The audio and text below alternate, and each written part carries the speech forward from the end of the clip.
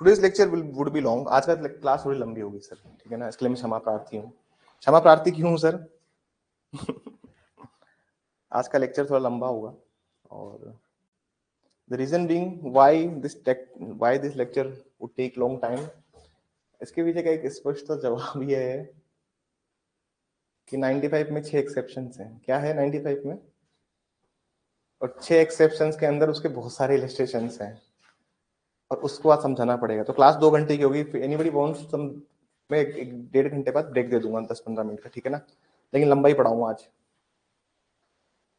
और फोकस रखना आज की क्लास में किसी ने भी, जैसे कल वाली क्लास चली 1.5 घंटे की सीधी सीधी स्पष्ट फॉरवर्ड, आज फोकस मत लूज करना, ठीक है ना। 95 स्टार्ट करते हैं and it's a very interesting lecture. चलिए स्टार्ट किया जाए 95।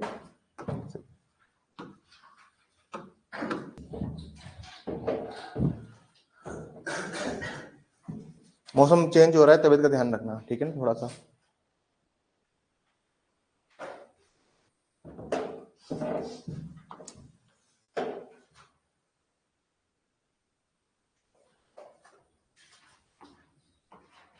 आ जाइए 95 पे।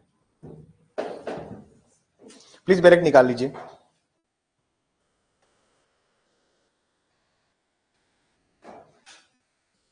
थोड़ा सा बैकग्राउंड समझते हैं फिर 95 पढ़ते हैं। तो तुमको बैकग्राउंड सुनने में मजा आता है सेक्शन का? जैसे मान लीजिए सर एक कॉन्ट्रैक्ट हुआ है। क्या हुआ है सर? एक कॉन्ट्रैक्ट। एक एग्जांपल समझेंगे, पूरा समझ में आ जाएगा। जैसे मान लीजिए कोचिंग है अपनी अभ्युत्थान लॉ अकेडमी ALA, ठीक है। Abhyutthan law academy, our institute name is Abhyutthan law academy. Abhyutthan law academy जो है और उसका जो लैंडलॉर्ड है उसके साथ एक एग्रीमेंट हुआ,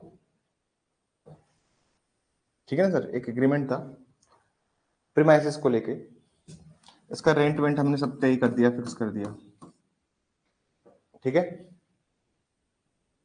कल को मान लीजिए इस प्रीमाइसेस का रेंट मान लीजिए 50,000 रुपए है। कितना रेंट है इसका? 50,000 रुपए। हमारा एग्री कितना हुआ है? 50,000 रुपए। लेकिन जब एग्रीमेंट बन रहा था, उसने बनाया तो उसने क्या किया, मकान मालिक ने इस 50,000 को कर दिया 55,000 रुपए मंथली कर दिया, ठीक है। और मैंने भी वो क्लास ले रहा था मैं, तो सर ये एग्रीमेंट पे साइन कर देना। तो मैंने भी क्लास लेते लेते मैंने कहा क्लास डिस्टर्ब ना हो, तो मुझे हाँ सर दीजिए। कहाँ साइन करना है? पहले क्या साइन करके। अब जब नेक्स्ट मंथ मैंने रेंट डालने लगा तो उन्होंने बोला सर रेंट इज 55। मैंने कहा sir we have agreed upon 50। हमने कितने पे एग्री किया है? 50 पे एग्री किया है सर रेंट। तो कि नहीं नहीं देखो सर एग्रीमेंट में 55 लिखा है, आपने साइन भी किया है। तो कुछ चीजें समझिए, जब भी किसी डॉक्यूमेंट में आपको कोई भी चीज वेरी करनी है, ऐड करनी है, सब्सट्रैक्ट करनी है, जब भी कोई डॉक्यूमेंट में आपको कोई चीज वेरी करनी है, ऐड करनी है या फिर सब्सट्रैक्ट करनी है, तो कहने का मतलब यह है आप उसके लिए ओरल एविडेंस नहीं दे सकते। आप उसके लिए मतलब कौन? उसके लिए आप उसके लिए ओरल एविडेंस नहीं, मतलब कोई भी चीज जोड़नी है, घटानी है, हटानी है, बदलाव करना है किसी भी चीज में। किसमें? अब इसमें सर बदलाव करना पड़ेगा ना एग्रीमेंट में। कल को मान लीजिए केस फाइल होता है और मैं केस अभ्युत्थान लॉ अकेडमी केस कर देती है लैंडलॉर्ड के ऊपर, किसने कि ये जो एग्रीमेंट है इसको वॉइडेबल डिक्लेयर किया जाए। उसको क्या दिया किया जाए? वॉइडेबल करके कंडीशंस चेंज की जाए। देयर इज ए प्रोविजन, इसको हम बोलते हैं रेक्टिफिकेशन ऑफ, क्या बोलते हैं कि दस्तावेज की परिशुद्धि। हम SRA में भी देखते हैं भाई डॉक्यूमेंट है उसको रेक्टिफाई करना है, जो मिस्टेक है उसको सुधार करना है।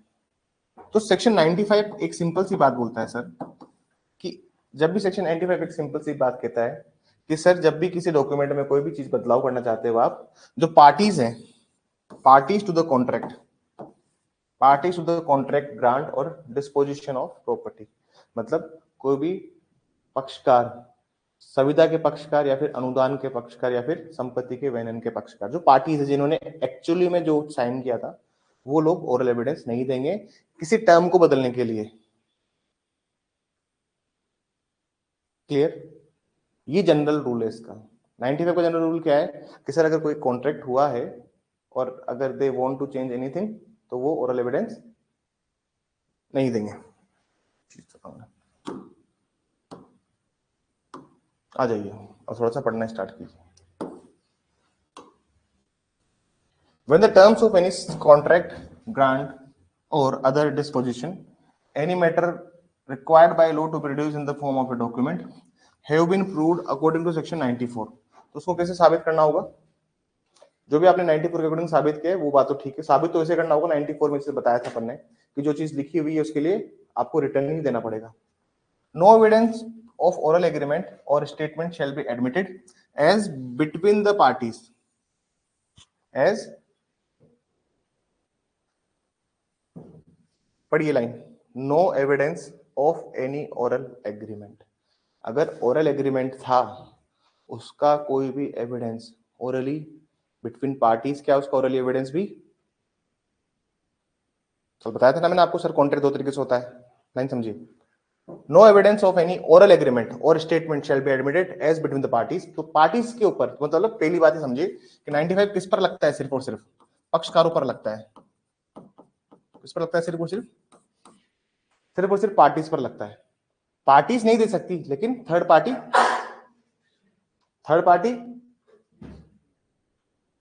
बात समझ में आई? पहली कंडीशन है समझिए कि अगर तुम किस चीज के लिए नहीं दे सकती सर, जब भी आप कोई चीज वेरी करना चाहे, ऐड करना चाहे, सब्सटेंडिंग करना चाहे, कॉन्ट्राडिक्टिंग करना चाहे। हिंदी में अगर मैं इसको रिपीट करूं तो हिंदी में इसको क्या बोल रहे हैं हम लोग? हिंदी में हम इसको कह रहे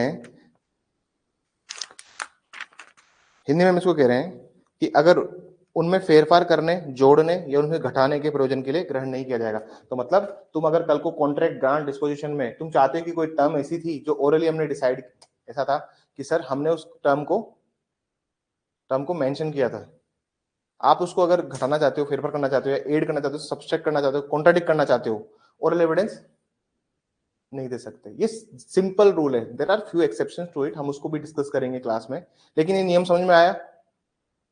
मेरे और हेमांग के बीच में कॉन्ट्रैक्ट हुआ है, मैंने इसको बोल दिया कि हेमांग आप जाओ गंगानगर से, गंगानगर के पास ही नहीं गंगानगर, हनुमानगढ़ से ईंटें लेके आओ, घर बना रहा हूँ मैं अपना। देखो सर कितनी ईंटें चाहिए? मैंने बोला 1 लाख रुपए दूंगा, जितनी ईंटें आए घर जाओ तो ले आना, ट्रॉली में बैठ के आ जाना तुम भी। उसने बोला ठीक है सर मैं आ जाऊंगा। इसने हेल्प भी करी वहां पे, ठीक है ना। कल को ये मेरे को बोलता है कि सर 1 लाख ईंटें ले आया मैं तो, और मैंने बोला क्या था इसको, 1 लाख रुपए की ईंटें लानी है, लेकिन ये क्या ले आया? 1 लाख ईंटें। एक ट्रॉली में शायद 50,000 ईंटें आती है, तो ये 2 ट्रॉली ले आया 1 लाख ईंटें। अब उसके पैसे कौन देगा? अब यहाँ पे क्या हो गया सर, हमारे बीच में मान लीजिए कोई एग्रीमेंट था, चाहे वो ओरल हो या रिटर्न एग्रीमेंट हो या कोई भी कॉन्ट्रैक्ट हो। अब आप देखिए कि अब इसके लिए ओरल एविडेंस नहीं दिए जा सकते। फिर वही कैसे प्रूव करोगे? फिर उसके एक्सेप्शंस दिए गए हैं कि ट्रांजैक्शन साबित कर दो। क्या कर दो साबित? सम व्यवहार बता दो ना, बिल की रिसिप्ट है या कोई थर्ड पार्टी आके बता दे। हो सकता है ऐसा? यहां तक समझ में आया? सिंपल रूल दोबारा पढ़ लीजिए, बैरेट को एक बार पढ़ लीजिए, और ये फर्स्ट पैराग्राफ है इसको अच्छे से पढ़ लीजिए। एक भी टर्म, छोटा सा डॉट, कोमा, बिंदु, फुल स्टॉप भी समझ में नहीं आया तो प्लीज पूछिए मुझसे।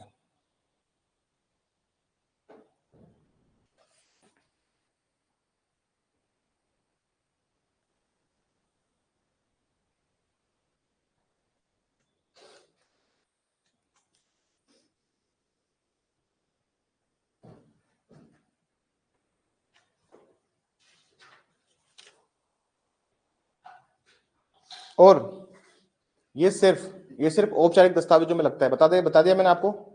ये सिर्फ फॉर्मल डॉक्यूमेंट्स में लगता है, क्योंकि यहाँ पे क्या होनी चाहिए, 2 पार्टीज होनी चाहिए। बायलैटरल है ना ये डॉक्यूमेंट, बायलैटरली होता है सर, क्योंकि अरे सर बायलैटरल नहीं है, द्विपक्षीय नहीं है, क्योंकि अगर बिटवीन द पार्टीज कर रहा है तो देयर मस्ट बी 2 पार्टीज।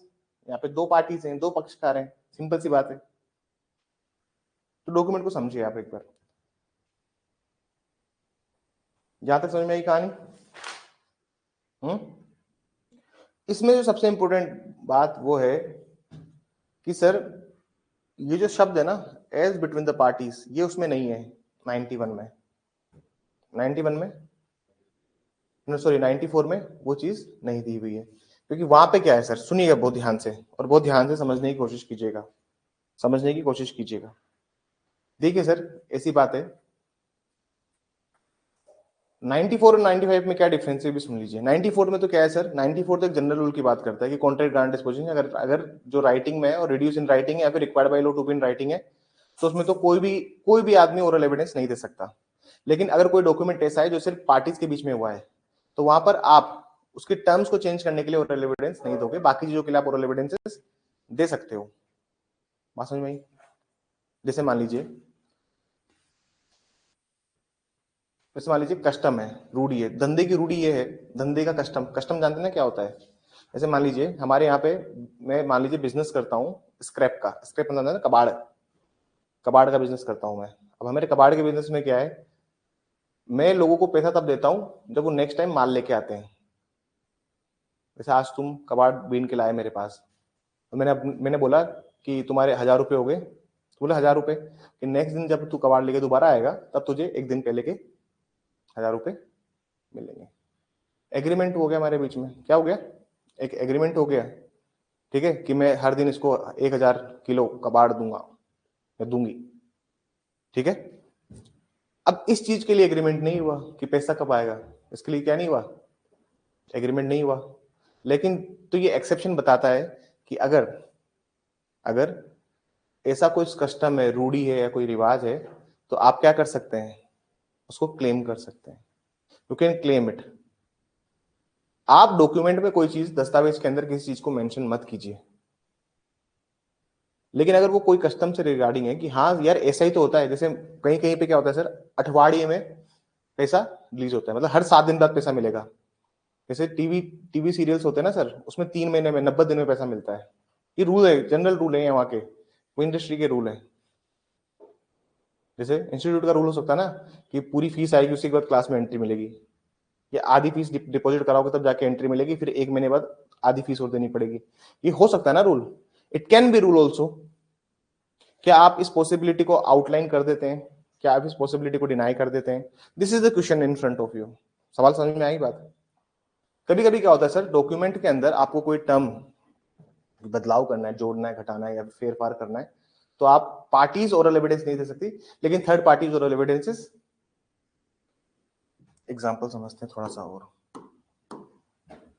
जैसे मान लीजिए अभ्युत्थान लॉ एकेडमी और लैंडलॉर्ड के बीच में एक एग्रीमेंट होता है, ठीक है ना, with respect to this premises. हमने टर्म डाला है इस कॉन्ट्रैक्ट में कि 50,000 तो इसका रेंट होगा, और उसने बोला है कि जो बेसमेंट है नीचे वाला, ये बेसमेंट सर कैंटीन चला सकते हैं। क्या क्या क्या क्या चला सकते हैं बेसमेंट में? कैंटीन ऑपरेट कर सकते हैं। ये चाहे तो टेंडर निकाल के किसी थर्ड पर्सन से भी, थर्ड पर्सन को भी कैंटीन का टेंडर दे सकते हैं। तो भैया कैंटीन के लिए इन्होंने बोल दिया, और जब ये एग्रीमेंट हो रहा था तो उसी टाइम पे मैंने क्या किया, कैंटीन वाले को बुला लिया था। मैंने कहा देखिए जगह है, उसी के सामने एग्रीमेंट भी हुआ है कि ये जगह है, यहीं पे तेरे को कैंटीन चलानी है, बच्चों को आधे घंटे का ब्रेक मिलेगा, तो बच्चे बाहर का ना खाएं, तो फ्रेश बना उनके लिए, है ना, वेजिटेबल सैंडविचेस बनाओ, अच्छी अच्छी चीजें बनाओ उनके लिए, ताकि बच्चे मेरे फिट रहें। तो भैया ये थर्ड पार्टी है, ये टेंडर वाला, जिसको मैं टेंडर दे रहा हूं नीचे कैंटीन चलाने का। कल को मान लीजिए, कल को मान लीजिए रेंट पे कुछ इश्यू होता है, या फिर नीचे बेसमेंट को लेकर कुछ इश्यू अराइज होता है, मैं तो ओरल एविडेंस नहीं दे सकता, लेकिन जो थर्ड पार्टी था, टेंडर जिसने लिया था कैंटीन का, ये तो ओरल एविडेंस दे सकता है ना सर। क्योंकि ये, एक सेकंड, ये सेक्शन किस पे लगता है, सिर्फ और सिर्फ पार्टीज पे लगता है। पार्टीज तो दो ही थी, ये तो मेरे नाम छोड़ देता इसने। थर्ड पार्टी तो बता सकती है ना अपनी पोजीशन क्या थी, कि सर 50,000 का रेंट हुआ था और ये इन्होंने इसको नहीं लिया था, लेकिन एग्रीमेंट में कुछ और लिखवाया है या फिर कुछ चेंजेस करवाए हैं। समझ में आई बात? भाई ये तो टेंडर जिसने लिया है नीचे कैंटीन चलाने का, वो तो आके एविडेंस दे सकता है ना, ओरल एविडेंस। क्योंकि 95 ये बोलता है कि अगर आपको कुछ भी बदलाव करने हैं ना, ओरिजिनल जो टर्म्स थे उसके बाद अगर कुछ बदलाव करना चाहते हो कि नहीं हमारे बीच में एग्री नहीं हुआ था, या कुछ भी अगर आपके डिस्प्यूट अराइज हुआ इन फ्यूचर में, पार्टीज ओरल एविडेंस नहीं देगी। क्योंकि पार्टीज क्या होती है ना, फिर अगर आप उनका ओरल एविडेंस लाओ कर देंगे तो सब्जी मंडी बना देंगे। क्या बना देंगे? कोर्ट को चिल्लाएंगे कि नहीं सर हमारे तो ये एग्री नहीं हुआ था, वो एग्री नहीं हुआ था, तो कोर्ट कहता है कि भैया ओरल एविडेंस नहीं, रिटर्न में कुछ हो तो दो।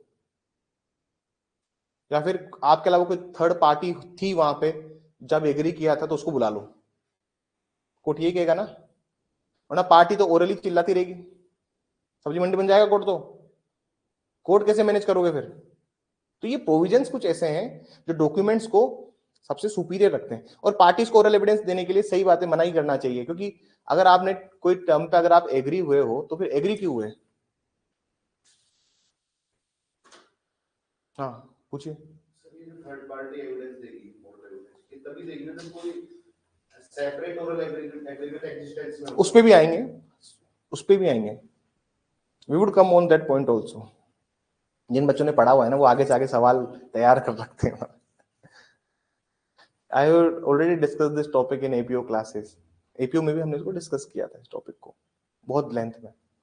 पहला पॉइंट समझ में आ गया कि बिटवीन पार्टीज का क्या इंपैक्ट होगा, सिर्फ पक्षकारों के बीच में जो लिखा हुआ है सेक्शन 95 के अंदर, उसका क्या मतलब होगा, सिर्फ पक्षकारों के बीच में बिटवीन द पार्टीज का क्या मतलब होगा, इसका इंप्लीकेशन समझिए। Third party can give evidence but not the parties. पक्षकार नहीं दे सकते, लेकिन जो कोई थर्ड पार्टी है, कोई तृतीय पक्षकार है, पक्षकार भी नहीं है, एक ऐसे कोई रैंडम पार्टी है, तो वो आके एविडेंस दे सकता है ओरल एविडेंस के रिगार्डिंग। समझ में आ गया? चलो बहुत अच्छी बात है, वेरी वेल देन आ जाओ आगे चलो। एक्सेप्शन देखिए, प्रोवाइडेड डेट क्या लिखा हुआ है,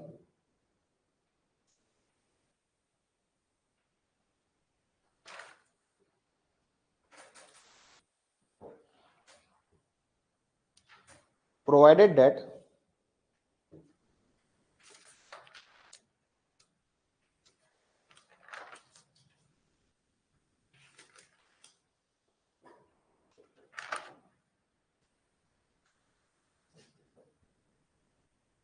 अरे अच्छा, एक्सेप्शन को इन्होंने अब ये दे दिया, हाँ सीधे सीधे लिख दिया इन्होंने। This is exception number 1, this is 2, please bracket में लिख लीजिए 1 2। पहले के इनके नाम थे ना पुराने वाले में, याद है आपको?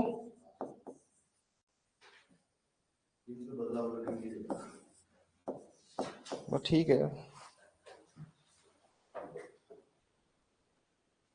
आइए।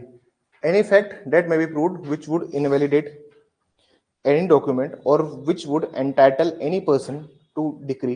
सर इसके 7 अपवाद हैं, पहले कितने थे? अरे पहले कितने थे? 6, अभी कितने कर दिए हैं? 7। अभी देखते हैं क्या नया लेके आए ये लोग, क्या चीज नई करी इन्होंने साक्ष्य अधिनियम में। Let's see. Invalidate any document और which would entitle any person to any decree or order relating thereto, such as fraud, intimidation, illegality, want of due execution, want of capacity in any contradicting party, want of failure consideration और mistake of fact और law। देखिए sir ऐसी बात है, एक maxim है। Maxim क्या है सर? मैक्सिम लिखिए, एक्स डोलो मालो non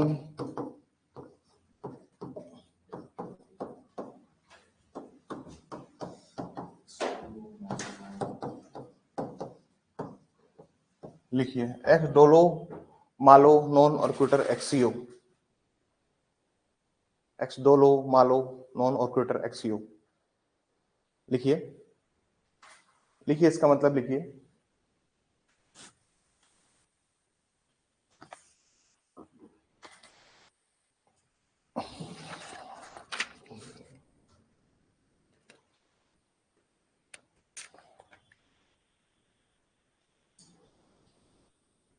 a fraud can vitiate anything, a fraud can vitiate anything। कपट कपट कपट हर चीज को दूषित बना देता है, कपट हर चीज को दूषित बना देता है, कपट हर चीज को दूषित बना देता है, कपट हर चीज को दूषित बना देता है। ठीक है ना सर? कहने का मतलब ये है कि अगर अगर पार्टी ये साबित कर देती है कोर्ट के अंदर कि सर उसके साथ क्या हुआ है, सर सर फ्रॉड हुआ है, इंटिमिडेशन हुआ है, इंटिमिडेशन होता है धमकाना, या फिर इलीगलिटी हुई है, या फिर वांट टू ड्यू एग्जीक्यूशन हुआ है, या वांट ऑफ कैपेसिटी हुई है, तो वो क्या कर सकता है सर? वो बता दे कि मिस्टेक ऑफ फैक्ट हुआ है या मिस्टेक ऑफ लॉ हुआ है, अगर वो सब चीज को साबित कर दे, इन सब चीजों को क्या करते सर वो, तो वो ओरल एविडेंस पार्टी क्या कर सकती है सर, फिर पार्टी ओरल एविडेंस दे सकती है। पार्टी ने अगर साबित कर दिया कि सर मेरे साथ फ्रॉड हुआ है, पार्टी ने पूरा मैनर बता दिया कि देखो सर इनका जो एडवर्टाइजमेंट था उसमें 25,000, उस पर मतलब 50,000 रुपए का ही रेंट लिखा हुआ है, तो फिर एग्रीमेंट में 55 कैसे आ सकता है? हो सकता है ना। कौन सी वेबसाइट होती है ऑनलाइन देखने वाली, मैजिक ब्रिक्स पे देखो सर, इनका एड अभी भी पोस्टेड है, वो हटानी है। वो कितने रुपए का है? 50,000 पर मंथ ही है, तो एग्रीमेंट में 55 कैसे आ सकते हैं? जब तो वहां भी 55 होता तो हम समझते कि हमने किया है। 50,000 वहां है तो हमारे एग्रीमेंट में 55 क्यों आ गया? अब अगर आप बता दो कि सर फ्रॉड हुआ है या फिर मिस्टेक ऑफ फैक्ट हुआ है या फिर मिस्टेक ऑफ लॉ, कोई भी चीज ऐसी है जो कि चीज छुपाई गई या फिर डरा धमकाकर हमें ज्यादा रेंट लिया गया, तो फिर पार्टी अगर प्राइमा फेसी साबित कर देती है, क्योंकि देखिए फ्रॉड एक ऐसी चीज है कि जहां पे भी फ्रॉड के एलिमेंट प्रूव होने स्टार्ट हो जाते हैं, जहां पे भी आप किसी फ्रॉड को साबित करने स्टार्ट कर दो, और साबित कर दिया आपने, मान लीजिए फ्रॉड को बताने स्टार्ट कर दिया, तो जब फ्रॉड पिक्चर में आता है तो बाकी सब चीजों को क्या करता है सर, वो बाहर निकाल देता है। बाकी आप तुम फ्रॉड करो, हर चीज खत्म हो जाएगी। फिर फ्रॉड एक ऐसी चीज है कि जहां पे भी तुमने साबित कर दिया कि फ्रॉड हुआ है, अरे कोर्ट की डिग्री भी खत्म हो जाती है। कोर्ट की जो डिग्री है ना, अगर आपने बता दिया कि डिग्री फ्रॉडफुली ली है पार्टी ने, तो डिग्री भी खत्म हो जाएगी। सेक्शन याद करो, कौन सेक्शन है? सेक्शन कौन सा है? 38 देखिए, 38 साक्ष्य दिन, अरे 38 निकालो यार, 38 होगा, हाँ 38 होगा, 38 देखो, आई बिलीव 38 ही है, दिखा है। अगर फ्रॉड पता लगा दिया तो जजमेंट जो है ना वो इरेलीवेंट हो जाता है। कोर्ट का जजमेंट आया हुआ है और आपने, जैसे मान लीजिए डाइवोर्स केस चल रहा था कोर्ट में, ठीक है ना, अब कोर्ट में ये पता चल गया कि भैया जो डाइवोर्स का पूरा हुआ है ये सिर्फ और सिर्फ प्रॉपर्टी के लिए हुआ है और दूसरी पार्टी के ऊपर फ्रॉड प्रैक्टिस इसलिए हुआ है, कोर्ट उसकी डिग्री को बिठा देगा। एक और शब्द है वहां पे, कोलूजन, साझेदारी, दिख रहा है क्या तुमको? कोर्ट को पता लग गया कि तुम पार्टीज ने मिलकर, जैसे दो पार्टीज ने मिलकर सोचा कि चलो यार डाइवोर्स ले लेते हैं, आरजेएस में महिला कोटा है, डाइवोर्सी उसका यूज किया जाए, और कोर्ट को पता लग गया कि पार्टीज मिली हुई है। एक केस हुआ सर 2019 में, 17 में 19 का केस है, डाइवोर्सी कोटे से सिलेक्ट हुई लड़की, जैसे सिलेक्ट हुई घर वालों ने अखबार में फोटो निकाल दिया। अब तू सोच, लड़की के जो इनलॉज हैं, सास ससुर, वो फोटो डाल रहे हैं अखबारों में, वो बैनर बना रहे हैं, सवामणि कर रहे हैं। भाई जब डाइवोर्स हो चुका है तो तुम लोग क्यों सवामणि कर रहे हो? आप बताइए, तो सवामणि तुम क्यों कर रहे हो भाई?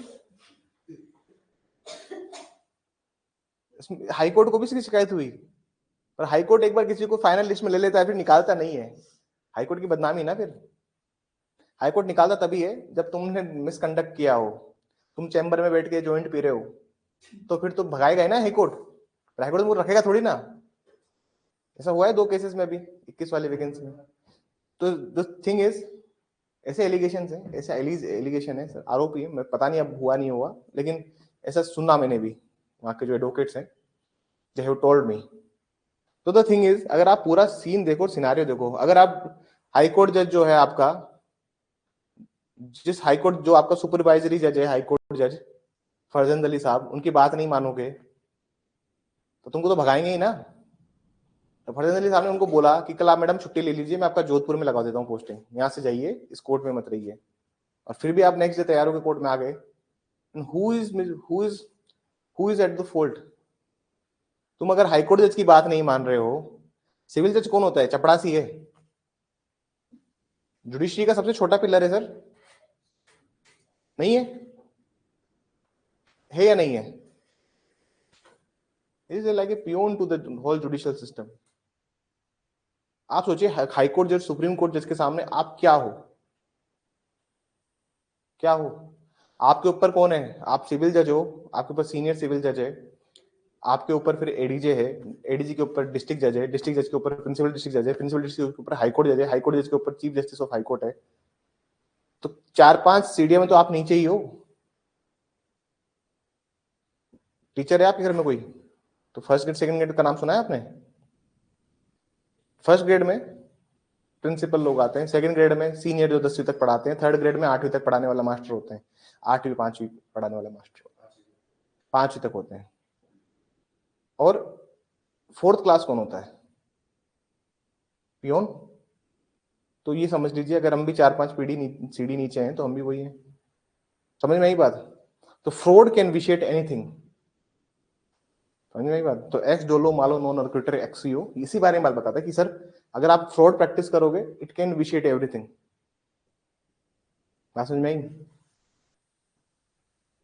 हाईकोर्ट चाहे ना तो कुछ भी कर सकता है, लेकिन हाईकोर्ट करता नहीं है। हाईकोर्ट इसलिए नहीं करता क्योंकि अगर हाईकोर्ट इन सब चीजों में पढ़ने लगा तो हाईकोर्ट के सामने तुम्हारी पोस्ट कुछ भी नहीं है। हाईकोर्ट को फर्क भी नहीं पड़ता कि सिविल जज की एग्जाम भी करवानी है। तुम्हें फर्क पड़ता होगा, हाईकोर्ट को कोई फर्क नहीं पड़ता। उनके लिए 1% भी मैटर नहीं करती तुम्हारी सिविल जज की एग्जाम इस साल आएगी नहीं आएगी। उनको जब करवानी होगी तो वो तभी करवाएंगे। और श्रीवास्तव साहब वैसे भी 2-3 एग्जाम करवा चुके हैं अपने अंडर।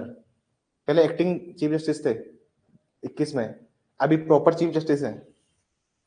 उनके अंडर ऑलरेडी हो चुकी है 2-3 एग्जाम्स। उनको वैसे भी नहीं है जल्दी कि मेरे अंडर सारे एग्जाम करवा दूं। दूसरा ये है, दूसरे में आइए सर।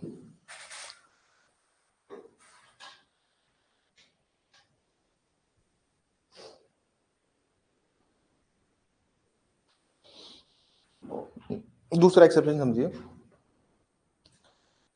सर। पहले समझ में आ गया था ना एक्सेप्शन? एक्सेप्शन नंबर 1 समझ में आ गया ना? अरे सुनिए बात, समझ में आ चुका है पहला एक्सेप्शन। दूसरा समझिए, provided further that existence of any separate oral agreement as to any matter on which a document is silent and which is not inconsistent with its terms may be proved. In considering whether not this proviso applies, the court shall regard the formality of the document.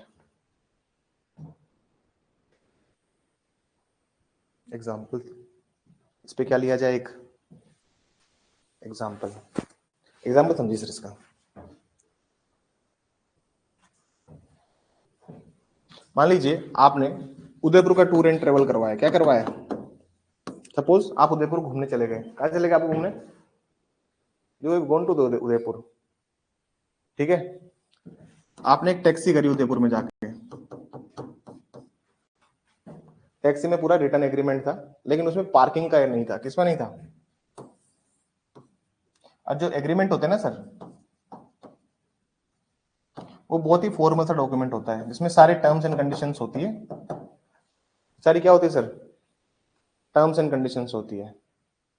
लेकिन इस agreement के अंदर एक चीज include नहीं थी, वो थी कि पार्किंग का चार्जेस कौन पे ऑफ करेगा।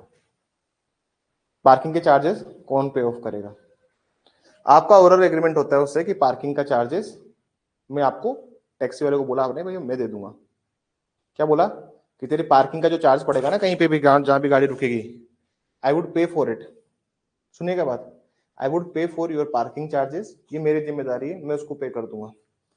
क्या ये जो पार्किंग के चार्जेस की बात हो रही है, क्या ये इससे इनकंसिस्टेंट है? क्या जो पार्किंग की आप बात कर रहे हो यहाँ पे, you are talking about the parking here, क्या ये असंगत है? क्या ये इसके साथ इनकंसिस्टेंट है? क्या नहीं है ना सर? अरे सर इसमें लिखा हुआ है कि इतने टाइम से इतने टाइम तक रहेगा, यहाँ से यहाँ जाएगा, आपको यहाँ घुमाएगा, आप कोई भी सामान में भूलेंगे तो हमारी जिम्मेदारी नहीं है। सब बातें लिखी हुई है। अलग से पार्किंग का चार्ज आपका अलग से डिस्कस हुआ है। एक सेपरेट ओरल एग्रीमेंट क्या हुआ है? और ये जो एग्रीमेंट हुआ है ये ओरली हुआ है सर। क्या हुआ है सर? ओरली हुआ है ना?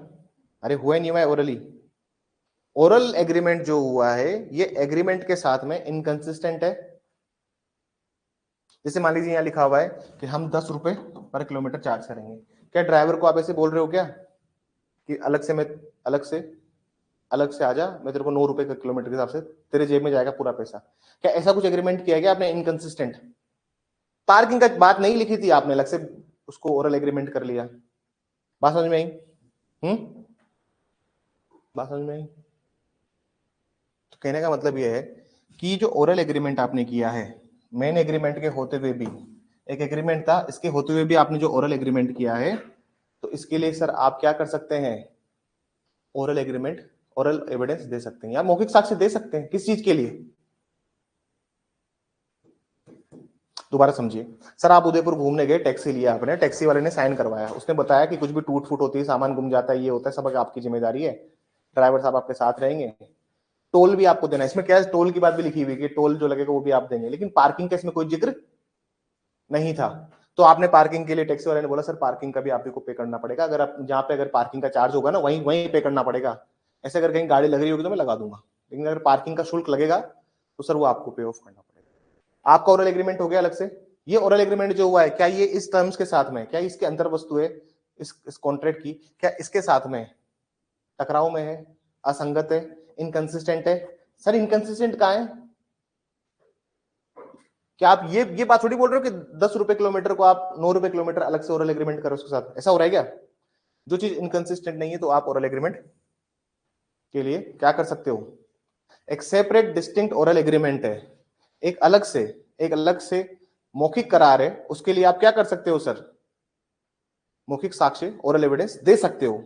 बस ये जो आप ओरल एविडेंस यहां पे देंगे, सुनिएगा ध्यान से, यहां पर जो आप ओरल एविडेंसेस देंगे, ये ओरल एविडेंसेस इनकंसिस्टेंट नहीं होने चाहिए मेन कॉन्ट्रैक्ट के साथ में। पहली बात तो समझिए। ये प्रोवाइजो, ये परंतु एक बात और कहता है, वो भी सुनिए। लेकिन अगर कोई डॉक्यूमेंट बहुत फॉर्मली बना हुआ है, सर आप कहोगे फॉर्मली क्या होता है? क्या कहोगे सर? फॉर्मली क्या होता है? इसको बोला है प्ररूपिता। क्या बोला है इसे? फॉर्मली का मतलब होता है, जैसे मान लीजिए आप, ऐसा मान लीजिए आपने इंश्योरेंस लिया है। क्या लिया है? सुनिएगा बात, आपने इंश्योरेंस लिया है, you have taken the insurance from any agent. आपने इंश्योरेंस लिया, अब इंश्योरेंस का प्रीमियम जो है वो पड़ रहा है आपके, जैसे मान लीजिए आपने इंश्योरेंस लिया। सर इंश्योरेंस के डॉक्यूमेंट जो होते हैं ना सर, उनको बहुत फॉर्मल डॉक्यूमेंट कहा जाता है। क्या क्या, क्या कहते हैं उनको? फॉर्मल डॉक्यूमेंट का मतलब कि वो इतने डिटेल्ड होते हैं कि उसके अंदर सारे पॉइंट्स लिखे होते हैं, सारे पॉइंट्स, एक भी पॉइंट ऐसा नहीं जो मिस आउट हो जाए। वो टैक्सी वाला तो बेचारा छोटा आदमी ना, एक दो बात उसने नहीं लिखी होगी, जैसे उसने पार्किंग नहीं लिखा है तो तुम पार्किंग अलग से कर लिया तुमने। लेकिन सर मान लीजिए इंश्योरेंस है, इंश्योरेंस में तो हर चीज लिखी है। इंश्योरेंस जो होते हैं, इंश्योरेंस को बोलते हैं उबरेमा फिडे। उबरेमा फिडे मतलब होता है अटमोस्ट गुड फेथ। इसका मतलब होता है कि इंश्योरेंस में आपको झूठ नहीं बोलना पड़ता।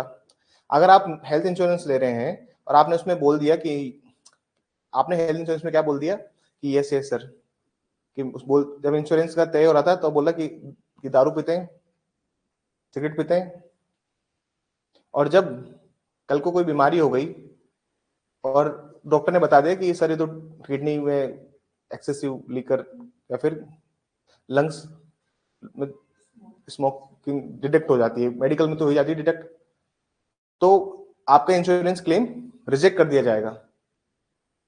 क्योंकि सर अगर आपने इन चीजों को मना किया, ये उबरीमा फीडे वाले होते हैं जहां पे आपकी ड्यूटी टू स्पीक है। सेक्शन 17 फ्रॉड में आप बताया था ना, ड्यूटी टू स्पीक। अगर आप ड्यूटी टू स्पीक नहीं करते, झूठ बोलते, तो आपके ऊपर फ्रॉड के केस भी बन सकता है। कंपनी चाहे तो आपके ऊपर फ्रॉड का केस भी बना सकती है कि आपने फ्रॉड किया है। एक और बात याद रखो, कंपनी तुम्हें प्रीमियम, तुम भले से हर महीने प्रीमियम जमा करा रहे हो 8,000 रुपए 9,000 रुपए, लेकिन जब तुम बीमार हुए तो उस टाइम तुम्हें कोई मदद नहीं होगी। पहली बात तो समझ में आई। दूसरी बात ये होती है कि इंश्योरेंस के जो होते हैं, ये इंश्योरेंस बहुत डिटेल में बनाए जाते हैं, हर चीज एक एक पॉइंट उसमें डिटेल में होता है। कभी पढ़ा है आपने इंश्योरेंस की कॉपी लिए? अरे तुम्हारी बाइक इंश्योरेंस देखा होगा ना, बाइक इंश्योरेंस तो देखा ही होगा, हर चीज बहुत डिटेल में लिखी हुई है कि गाड़ी गुम गई तो एक्सीडेंट वैल्यू कितना मिलेगा, कितने रुपए की आपकी है, कितने साल हो चुके हैं, प्रीमियम क्या है इसका, ये क्या है, हर चीज लिखी होती है ना सर।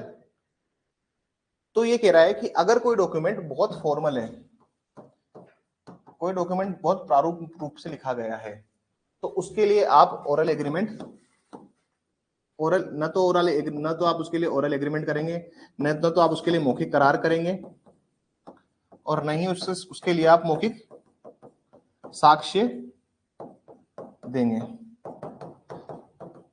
मतलब कहने का मतलब है नो ओरल एग्रीमेंट और नो ओरल एविडेंस।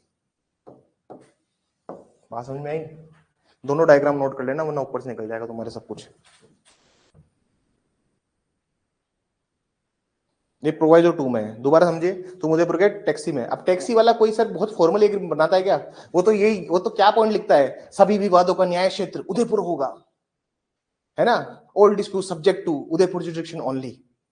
या फिर 10 रुपए किलोमीटर के लिए एग्री हुआ है, सामान गुम जाने की जिम्मेदारी कंपनी की नहीं होगी, ड्राइवर को खाना पानी भी खिलाना पड़ेगा। पार्किंग नहीं लिखा बेचारों ने, तुमने पार्किंग अलग से कर लिया, तो तुमने पार्किंग अलग से किया, तो ये उसके साथ इनकंसिस्टेंट है क्या, असंगत है क्या? नहीं सर, असंगत नहीं है, तो सर आप ओरल एविडेंस दे सकते हो वहीं पे। लेकिन अगर डॉक्यूमेंट बहुत फॉर्मल है तो आप उसके लिए ओरल एविडेंस नहीं दोगे, क्योंकि ऑलरेडी सब कुछ लिखा हुआ था, तो तुमने ओरल एविडेंस क्यों किया?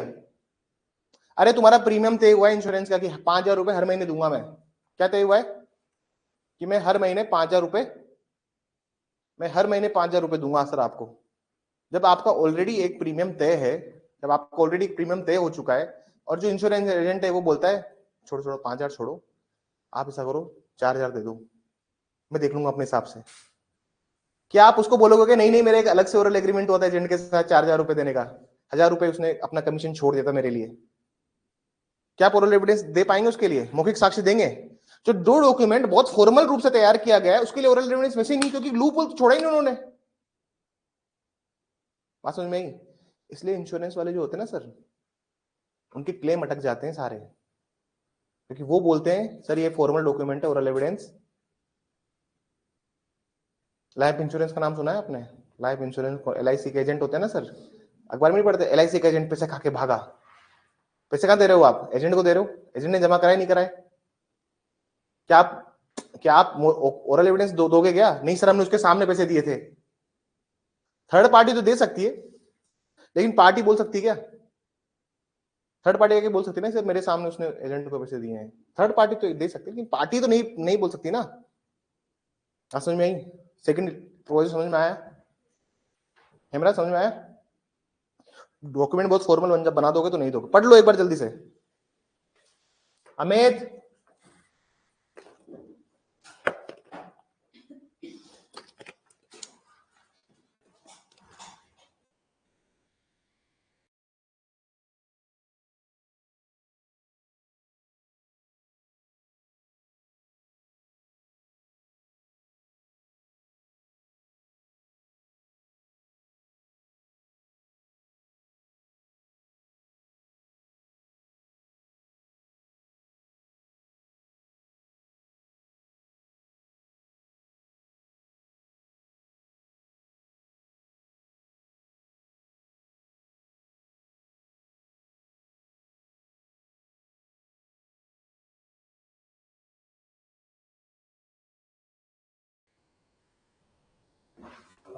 Ultimate, it's ultimate dish.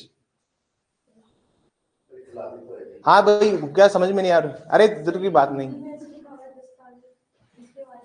लिख मैं पढ़ देता हूँ, हिंदी में पढ़ देता हूँ। परंतु ये कि किसी और विषय के बारे में जिसके बारे में दस्तावेज मौन है, दस्तावेज मौन था सर पार्किंग के बारे में, दस्तावेज मौन है पार्किंग के बारे में, और जो उसके निबंधों से असंगत नहीं है, तो पार्किंग के असंगत था क्या? उससे नहीं था।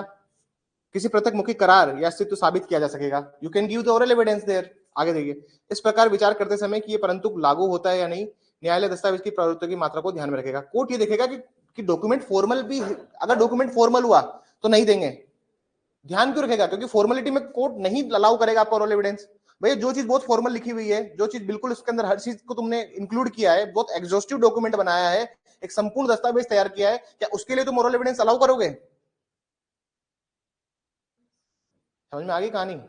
हाँ बताइए। सारे डॉक्यूमेंट फॉर्मल होते हैं क्या? मूर्ख आदमी, सारे डॉक्यूमेंट फॉर्मल थोड़ी होते हैं। अगर आज कोई स्लिप बना रहे हो तो क्या वो फॉर्मल है क्या? एक पार्किंग वाला तेरे को वो पर्ची दे रहा है, वो फॉर्मल डॉक्यूमेंट है क्या?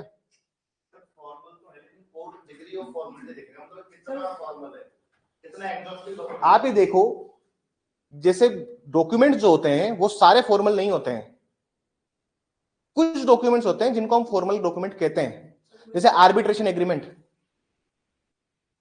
आर्बिट्रेशन एग्रीमेंट, आपने बैंक को कोई मॉर्गेज चीज दी है, तो बैंक ने आपको पूरा एग्रीमेंट बना के दिया है।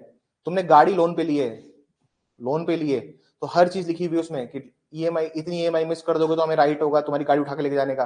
वो डिग्री ऑफ फॉर्मेलिटी देख रहा है कोर्ट, क्या देख रहा है? समझ में आई बात? चलें तीसरे प्रोविजो पे। सर इसके एक्सेप्शन नहीं बताने हैं, क्लास 2-2.5 घंटे लंबे निकलेगी आज, ठीक है ना? थोड़ा सा provided also that the existence of any separate oral agreement constituting a condition precedent or attaching of any obligation under such contract grant disposition of property may be proved। चलिए अब इसको समझिए, इसका मतलब क्या होता है।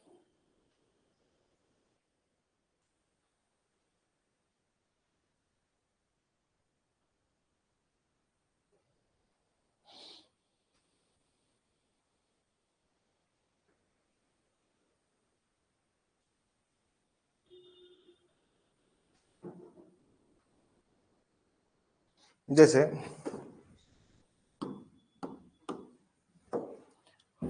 आम की एक किस्त आती है, आम की क्या आती है किस्त, आम की एक किस्म है, उसको बोलते हैं अल्फांसो। अल्फांसो जो होता है वो बहुत अच्छा आम, टेस्टी, स्लाइस केट में देखा होगा ना, पूरे अल्फांसो से बना होगा बस, स्लाइस केट में देखा है आपने? तो अल्फांसो की एक किस्म। तुम यहाँ जयपुर के एक, तुम यहाँ के एक फ्रूट मार्केट वाले ओनर हो, तुम्हारे पास क्या है सर? फ्रूट्स का, ज्वाइन करना, तुम्हारे पास क्या है? फ्रूट का बिजनेस है। अब तुम फ्रूट मार्केट चलाते हो, ठीक है? तुमने महाराष्ट्र में बोला, कहाँ होता है अल्फांसो? महाराष्ट्र में होता है। महाराष्ट्र में बोला कि यार मुझे 100 किलो अल्फांसो चाहिए, लेकिन उसके पहले एक 5 किलो का सैंपल भेजना, जितना पैसा हो मैं दे दूंगा। तुम्हारा एग्रीमेंट कितने रुपए का है सर? 100 किलो अल्फांसो। क्या है सर? 100 किलो अल्फांसो का एग्रीमेंट यही है, 100 किलो अल्फांसो और 150 रुपए के रेट से कितने हो गए? 15,000। 15,000 का एग्रीमेंट है, लेकिन आपने बोला कि मेरे को 5 किलो की एक पेटी, 5 किलो की एक पेटी भिजवाना, एक पार्सल आ रहा था 5 किलो की पेटी से भी भिजवा दे, फिर 100 किलो मंगवा लूंगा। आपने बोला 5 किलो की पेटी भेज पहले, अगर मुझे अच्छा लगेगा तो फिर मैं 100 किलो का एग्रीमेंट करूंगा। लेकिन उस आदमी ने क्या किया? एग्रीमेंट कर लिया और 5 किलो की पेटी भी भेज दी। आपकी बात क्या थी कि मुझे 5 किलो अच्छा लगेगा, उसकी क्वालिटी अच्छी होगी, then I will go for 100 kg। आपने एक कंडीशन प्रेसिडेंट कर दिया, क्या कर दिया?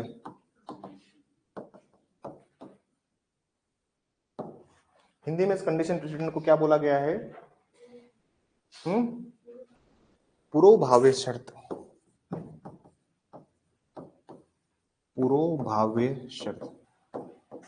तो कहने का मतलब यह है कि ये जो कंडीशन है 5 किलो मेरे को पसंद आएगा, तो इस 5 किलो को इस कॉन्ट्रैक्ट के अंदर, ये जो करार है ना सर, हाँ ये जो एग्रीमेंट है, इसमें नहीं लिखा था ये कि 5 किलो पसंद आएगा तो ये 100 किलो भेजूंगा, इसको इसमें नहीं लिखा गया, कंडीशन प्रेसिडेंट को मेंशन नहीं किया गया एग्रीमेंट के अंदर। उस आदमी ने क्या किया होशियारी में, 5 किलो का डब्बा तो भेजा ही उसने, उसके साथ में कॉन्ट्रैक्ट भी भेज दिया बना के, सर साइन कर देना उस पर। बात समझ में आई? तो कहने का मतलब यह है कि अगर कोई कंडीशन प्रेसिडेंट हुई है तो आप इसके लिए ओरल एविडेंस दे सकते हो, आप मौखिक साक्ष्य दे सकते हो। बस शर्त क्या है सर कि जो कंडीशन प्रेसिडेंट को इसमें नहीं लिखा होना चाहिए। समझ में आ गई? पढ़ लीजिए एक बार, बहुत ही आसान से प्रोविजन से डायग्राम बनाते चलिए, प्रोवाइजो लिखते चलिए, you will get the entire thing. और घर जाके इसको फेयर कर लेना, सुन रहे हो बात मेरी? हाँ ना, ऐसा गायब होगा ना पूरा मसला, आसान नहीं है। इट्स टफेस्ट टॉपिक ऑफ भारतीय साक्ष्य अधिनियम, मतलब हम सबसे टफ चीज पढ़ रहे हैं, इसके बाद कुछ भी नहीं रहता साक्ष्य अधिनियम में। कुछ है क्या इसके बाद टफ जो ऐसा हो कि अरे यार, हाँ शुभम पढ़ लिया ना आपने साक्ष्य अधिनियम मुझसे? कुछ है क्या इसके बाद टफ? ये भी कुछ नहीं है। हाँ समझ में आ जाएगा कुछ नहीं है सर, नहीं तो आगे कुछ समझ में नहीं आएगा तो वो भी बहुत नहीं, अगर आप फोकस होके पढ़ रहे हैं ना तो समझ में आ जाएगा। ये समझने वाली चीजें, कुछ चीजें याद रखने वाली हैं वो। एक सवाल आया अभी इसमें एपीओ में, that's very interesting question they have asked. ठीक है सर, प्रोवाइजो का बर्डन बढ़ता जा रहा है दिमाग के ऊपर, तो क्यों ना प्रोवाइजो को वापस एक बार लिख दिया जाए। हमने पहला प्रोवाइजो पढ़ा था, उसके अंदर क्या लिखा था सर? फ्रॉड हुआ है, प्रोवाइजो 1 फ्रॉड हुआ है, या फिर वॉइड है, या फिर वॉइडेबल है, वो जो सब चीजें लिख दी थी। दूसरे में क्या लिखा था कि एक सेपरेट ओरल एग्रीमेंट है। क्या है? सेपरेट ओरल एग्रीमेंट है, अलग से मौखिक करार है। This is the second proviso. और थर्ड में क्या है सर? थर्ड में है पूर्वभावी शर्त। क्या है सर? Condition president.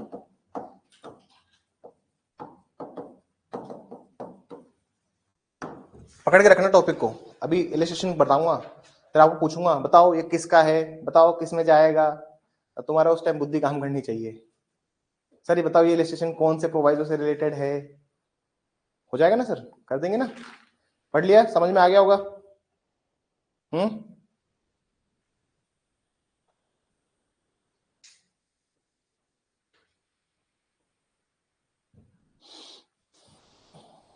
चलिए,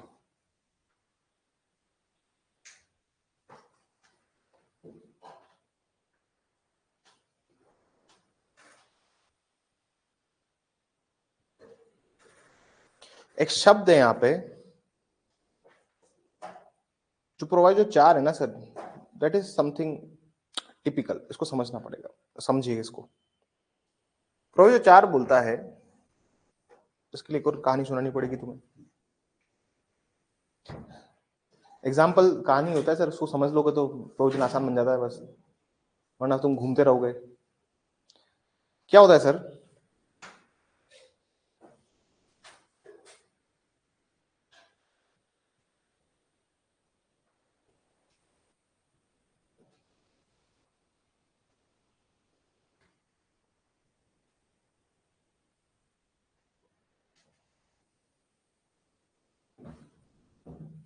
हम लोगों ने एक चीज पढ़ी थी, सुनिए एक बार, प्लीज एक बार सुनिए। मैंने आपको बताया था कि सर दो चीजें, एक तो है required by law, required by law to be reduce in writing,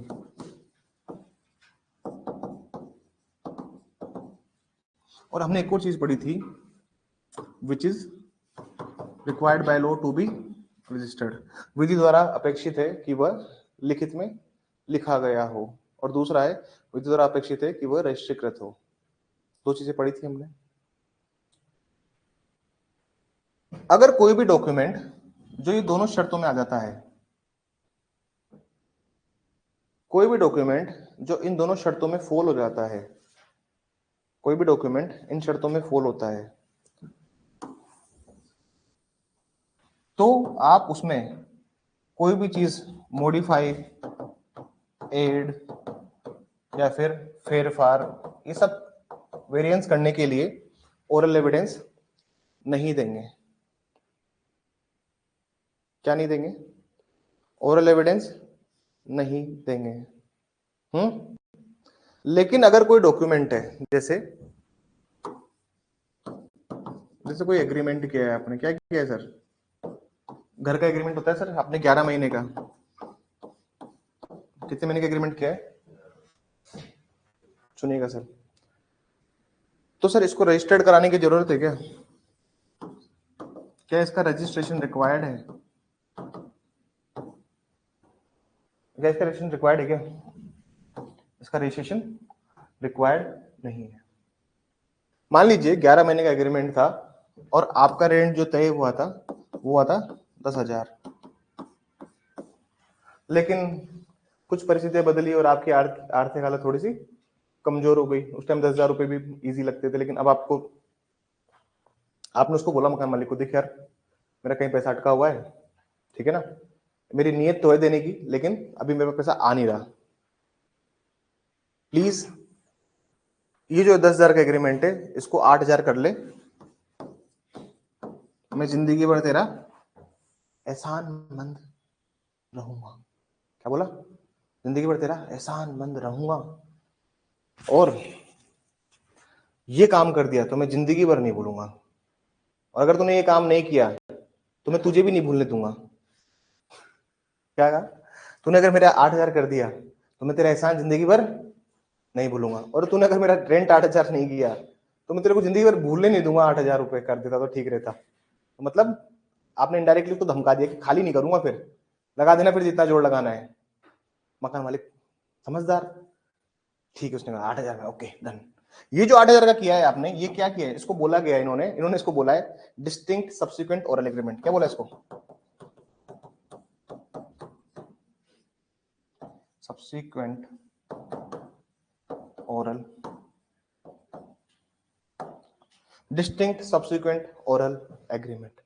Hindi में इसको बोला गया है पृथक, क्या बोला गया इसको? सुभिन्न पाश्चिक, अरे कहां गए अपना,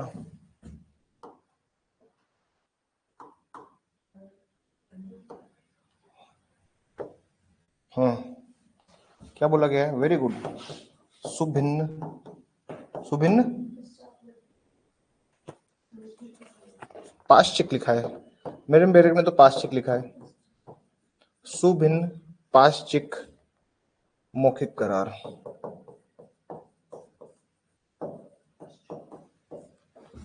सुभिन्न पाश्चिक मौखिक करार अगर आपका हुआ है तो आप इसके लिए क्या कर सकते हैं सर? ओरल एविडेंस दे सकते हैं, लेकिन शर्त याद रखना, वो required by law to be registered नहीं होना चाहिए। रिक्वायर्ड राइटिंग की भी जरूरत नहीं है और रजिस्टर्ड भी नहीं होना चाहिए। हाँ समझ में आई बात? हो सकता है ना सर आपने ओरल एग्रीमेंट कर रखा हो 11 महीने का, 8,000 10,000 रुपए दूंगा। अरे गांव में चले गए, कहीं किसी गांव में रहने, आपकी नौकरी लग गई किसी गांव में, ग्राम न्यायालय में जज बना दिया आपको, और हाईकोर्ट की सैलरी नहीं आ रही है टाइम पे। ऐसा हो सकता है कि हाईकोर्ट की सैलरी ना आए? सबकी सैलरी कट जाएगी, हाईकोर्ट की सैलरी नहीं कटेगी, याद रखना। हाईकोर्ट तो भैया कोविड में भी सैलरी फुल आई थी, हाईकोर्ट में कोविड में भी सैलरी आई थी, याद रखना। उनके तो इतने भी नहीं कटे थे, चौनी नहीं कटी हाईकोर्ट में, हाईकोर्ट स्टाफ की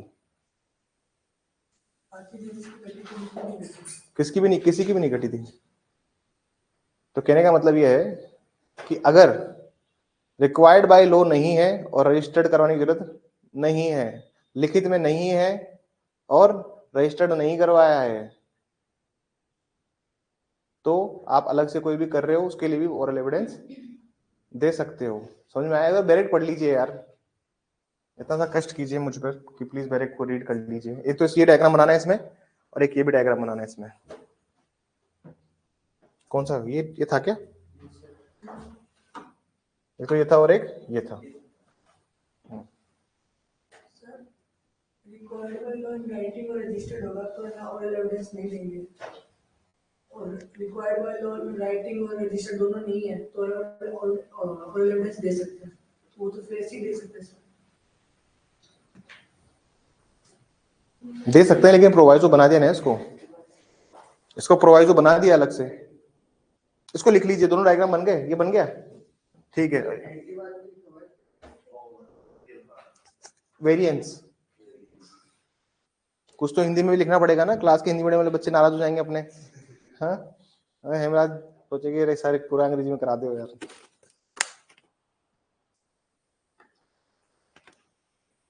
ऐसा नहीं है, थोड़ा थोड़ा आप सीखिए, देखिए थोड़ा थोड़ा आदत डालिए, मेक ए हैबिट। मैं हिंदी का विरोधी नहीं हूँ, मैं खुद भी हिंदी मीडियम से ही हूँ, लेकिन मुझे लगता है कि थोड़ा थोड़ा शब्द सीखिए। हिंदी तो बचपन से बोल रहे हो, थोड़ा सा 4 शब्द इसके सीख लोगे तो तुम्हें हेल्प करेगा इससे में, क्योंकि हिंदी कैसे तो आप बेहतरीन लिखेंगे ही, लेकिन इंग्लिश का भी लिखोगे तो तभी तो पास होगे। ठीक है, हो गया ना सर?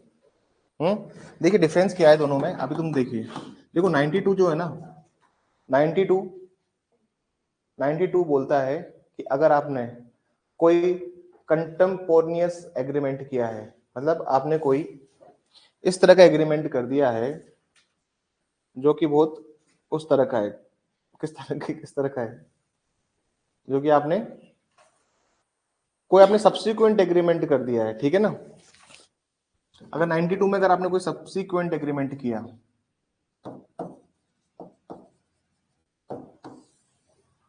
तो सिंपल सी बात है, ओरल एविडेंस 92 क्या, कौन सा ये 95, अरे 95 यार। Oral evidence is not allowed, मौखिक साक्ष्य नहीं दिए जाएंगे। अगर कोई आपने सर अगर आपने कोई पाश्चिक मौखिक करार कर लिया है तो आप उसके लिए नहीं दोगे। 95 का क्या मतलब है? 95 का यहाँ पे सिंपल सा मतलब है कि सर जो कि राइटिंग में है और उसके लिए आप अगर सब्सिक्वेंट एग्रीमेंट करते हो तो आप नहीं दे सकते। बात समझ में आई?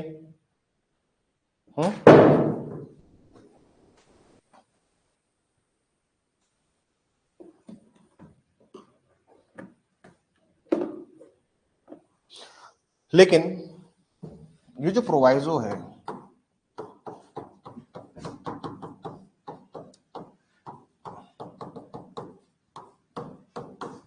परंतुपचार, ये सिर्फ और सिर्फ किसके लिए लगता है सर? ओरल एग्रीमेंट, और ओरल एग्रीमेंट में भी कुछ सब्सिक्वेंट चेंज हुआ है उसके ऊपर।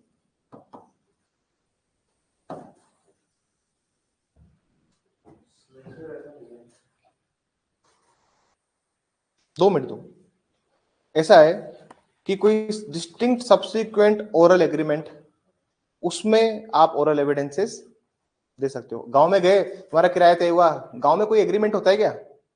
5,000 का किराया रूम दे रहे हैं, ठीक है 5,000 का रूम है, आपने बोला कि यार थोड़ा सा दिक्कत आ रही है पैसों की, 3,000 कर लो इसको, और वही धमकी, सेम धमकी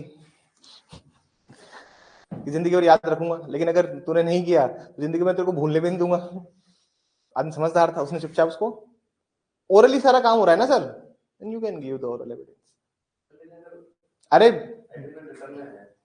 मॉडिफाई करने की बात हो रही है। एग्रीमेंट रिटर्न में, अगर मान लीजिए एग्रीमेंट रिटर्न में है तो नहीं दे सकते। तो जो पहले वाला जो एग्रीमेंट है, सब्सिक्वेंट एग्रीमेंट तो ओरल है, लेकिन जो पहले वाला जो एग्रीमेंट है, प्रीवियस एग्रीमेंट है, वो रिटर्न है, लेकिन required by law to be in writing नहीं है।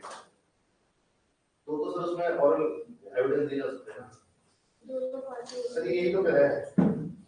पढ़िए, तुमको भी disposition of property by law required to be in writing. आ जाइए, चौथा ही ना, provided also that the existence of any distinct subsequent oral agreement to rescind or modify. किस चीज के लिए कर रहे हैं सर? अंडरलाइन कीजिएगा सर इस लाइन को। Any such disposition of property may be proved except in cases, disposition required by law except in cases, सिर्फ ये इसमें नहीं होगा, बाकी ओरली तो आप कर सकते हो ना। कहां लिखा है रिटर्न?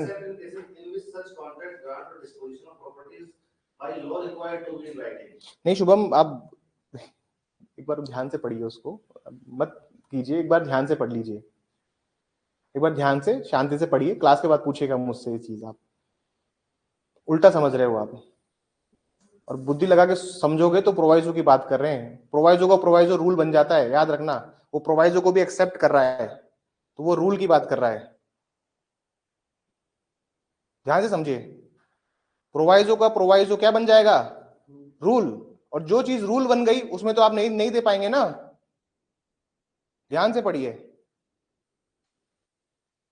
चलिए तुम ध्यान से पढ़ोगे ना तो सारी चीजें तुम्हारे वैसे दिमाग में क्लियर हो जाएगी। हम सिर्फ यहाँ पे ओरल एग्रीमेंट की बात कर रहे हैं, we are here only talking about the oral agreement only. हम यहाँ पे सिर्फ और सिर्फ किसकी बात कर रहे हैं? अरे किसकी बात कर रहे हैं? ओरल एग्रीमेंट की बात कर रहे हैं। और ओरल एग्रीमेंट को समझिए, क्योंकि कहीं पे भी देखिए, या कहीं पे भी उसने ये नहीं लिखा हुआ कि ये रिटर्न होना चाहिए, ये होना चाहिए, फलाना ढिमकाना। समझ में आ रही है? एक्सेप्शन का भी क्लास के बाद पूछना, क्लास में समझाऊंगा, फिर प्यार से अपनी भाषा में समझाऊंगा तुमको, ठीक है ना? अभी क्लास लाइव है, तुमको अपनी भाषा में समझा नहीं सकता मैं।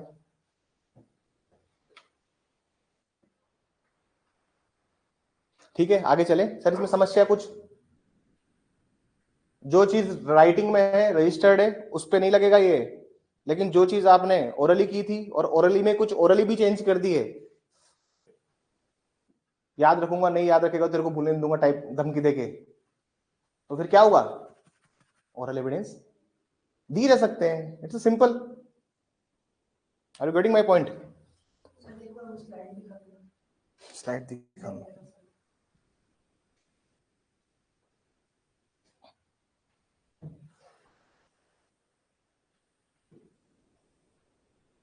बना लीजिए इसको, वरना फिर अरे टफ प्रोविजन नहीं है, घूमोगे वरना, वो पढ़ा हुआ है आदमी दोबारा पूछ रहा है। तुम लोग भी पढ़ोगे तब और पूछोगे, सवाल पूछने में दिक्कत नहीं है, लेकिन ध्यान से पढ़ो।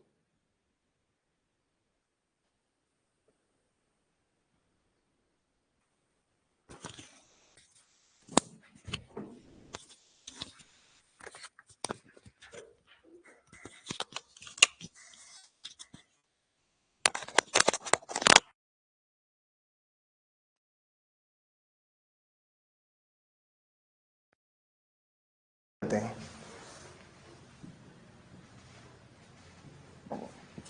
5 में आ जाइए।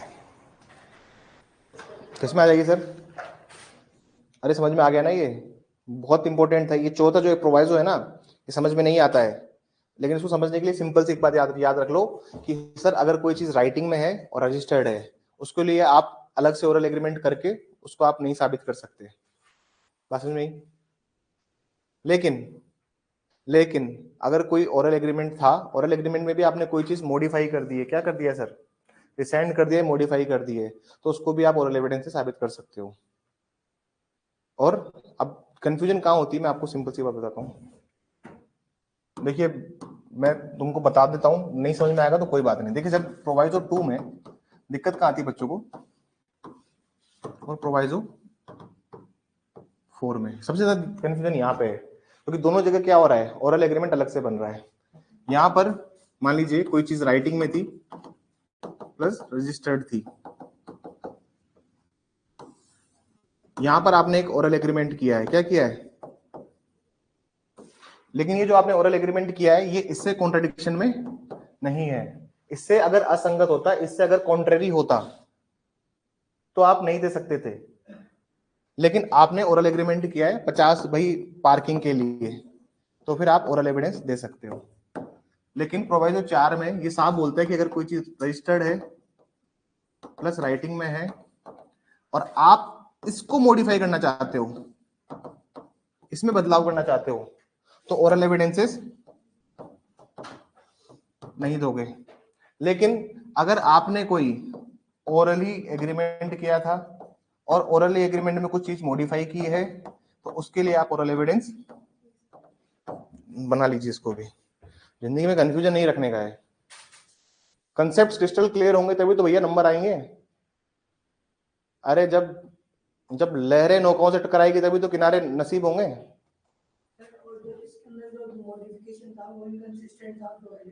जी हाँ, ये इनकंसिस्टेंसी की बात कर रहा है, यहाँ पे इनकंसिस्टेंसी नहीं थी, याद करो 50 वो पार्किंग का, पार्किंग तो मेंशन ही नहीं थी। अलग से अगर तुम तय करो तो क्या दिक्कत है? तुम करते हो ना ओला उबर वालों के साथ में, सर राइड कितने की दिखा रहा है? 90 की, 70 में लेके चलता हूँ, आ जाओ। नहीं करते ओला उबर रैपिडो के साथ, सर कितने रुपए दिखा रहा था? 90, 80 में आ जाओ, कैंसिल कर देता हूं मैं, रुको।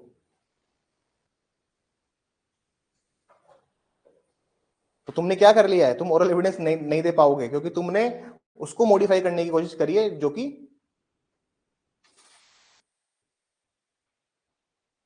आसान है, पर भूलना मत, ये भूल जाते हैं आदमी।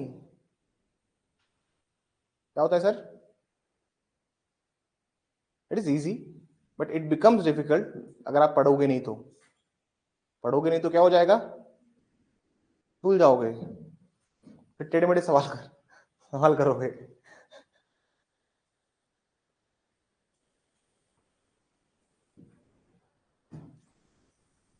पांचों देखिए, एनी यूजेज और कस्टम। अरे सर यूजेज और कस्टम की बात मैंने एग्जांपल इसका मैं ऑलरेडी दे चुका हूं ना, इसका एग्जांपल दिया था मैंने। कोई भी यूजेज और कस्टम है, मैंने आपको एग्जांपल क्या दिया था कि सर मैंने एक कबाड़ का बिजनेस शुरू किया है, कबाड़ के पैसे मैं अगले दिन देता हूं जब आदमी वापस के कबाड़ कुछ लेके आता है, क्योंकि वो जिस दिन वो लेके आता है मैं उसको उस दिन शाम तक बेचता हूँ, पैसा जो आता है उसके बाद उसको अगले दिन पैसे देता हूँ। बताया था ना मैंने, एक सिस्टम है कबाड़ का, आज जो कबाड़ लेके आओगे उसका पैसा कब मिलेगा? अगले दिन, जब तक मैं उसको आगे वाले व्यापारी को भेजूंगा फिर वहां से पैसा आएगा। अगर कोई चीज अगर लिखी हुई नहीं थी, लेकिन वो चीज किसमें लिखी हुई है? आपके यूजेज और कस्टम में लिखी हुई है, पढ़ लीजिए, तो फिर उसके लिए आप क्या कर सकते हो? ओरल एविडेंस दे सकते हो। तुम्हारे कॉन्ट्रैक्ट में वो चीज नहीं लिखी हुई है कि तुम्हें पैसा कैसे मिलेगा, तुम्हारे कॉन्ट्रैक्ट में सिर्फ ये लिखा हुआ है कि 100 किलो स्क्रैप हर दिन ला के देना है। कहां से भी लाके दे, नहीं लाके देगा तो इतने रुपए की पेनल्टी लग जाएगी। हो सकता है ना कि मेरा और इनका हो कबाड़ का, मैंने उनको एग्रीमेंट कर लिया हो कि 100 किलो कबाड़ हर दिन लाके देगी, बोले ऐसे जयपुर के किसी भी छोटे मोटे कबाड़ी से खरीद के दे, लेकिन मेरे को 100 किलो कबाड़ ये हर दिन लाके देगी। नहीं लाके देगी तो 5,000 रुपए वो हो जाएगी, इसके ऊपर पेनल्टी हो जाएगी। लेकिन पैसा कैसे मिलेगा इसको 100 किलो कबाड़ का, ये नहीं लिखा हुआ एग्रीमेंट के अंदर, क्योंकि वो अगले दिन मिलेगा। तो ये कहां से बोलते हैं, ये कस्टम और यूजेस बोलते हैं। जैसे मैं बोल दूं कि पैसे की जो साइकिल क्लियर होगी 7 दिन की, जैसे कोचिंग में कुछ बच्चे फीस एक साथ डिपॉजिट कराते हैं, कुछ बच्चे 2 इंस्टॉलमेंट में जमा कराते हैं। तो अब ये दिक्कत है, तो तुम फीस एक साथ दे रहे हो 2 इंस्टॉलमेंट में दे रहे हो, तो एक वो है ना कस्टम है सर कि जब क्लास बैठोगे उस टाइम आधी फीस देनी पड़ेगी और आधी फीस 1 महीने बाद। तो ये है तो है भैया कस्टम है कोचिंग का, अभी इसी कस्टम को फॉलो करना पड़ेगा स्ट्रिक्टली। हिंदी में पढ़ लीजिए। परंतु यह भी कोई प्रथा या रूढ़ी जिसके द्वारा संविधान में अभियुक्त रूप से वर्णित ना की गई हो। नहीं की ना सर वर्णित, ठीक है। हाँ हिंदू है क्या वर्णित, बताया क्या मैंने आपको कॉन्ट्रैक्ट के अंदर, ठीक, पैसा आपको एक दिन बाद मिलेगा। चलिए वेरी गुड देन, समझ में आ गया तुमको, बहुत समझदार बच्चे हो।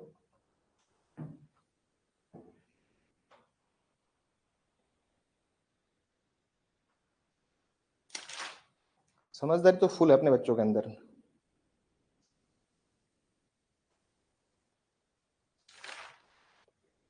सर ये जो है ना ये जो है ना ये छट्टा, इसको अभी ऐड किया है इसको, पहले नहीं था। देखते हैं, पढ़ते हैं। Provided also that the annexing of such incident would not be repugnant to or inconsistent with the express terms of the contract. कहने का मतलब यह है सर कि जो टर्म्स ऑफ कॉन्ट्रैक्ट है ये बेसिकली एक एक्सेप्शन नहीं है, ये तो रूल बनाना चाहिए था।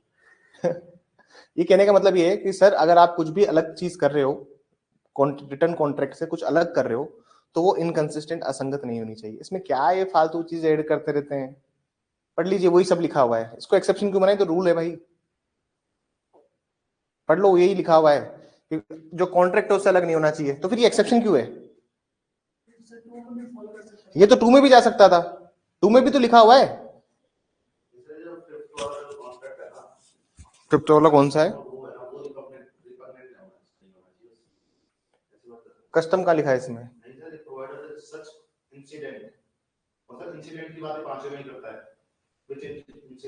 अच्छा ठीक है, तो टेक्निकली ये 5 का ये एक तरह से एक एक्सटेंडेड, पहले तो नहीं था ये कहीं, हाँ ये पहले भी था, लेकिन टेक्निकली बताइए क्या है, ये छट्टा नहीं है। इसको मिटाओ भाई, इसको मिटा दो भाई, क्या करो इसको मिटा दो, यहां लिखो छट्टा, और ये 5 का क्या है एक्सेप्शन। एक्सेप्शन का एक्सेप्शन क्या है, रूल लिखिए, रूल तो पहले था यार, इट वॉज अर्लियर ऑल्सो, ये पहले भी था, मेरे को पता नहीं क्यों याद नहीं रहा, लेकिन हाँ ये पहले था,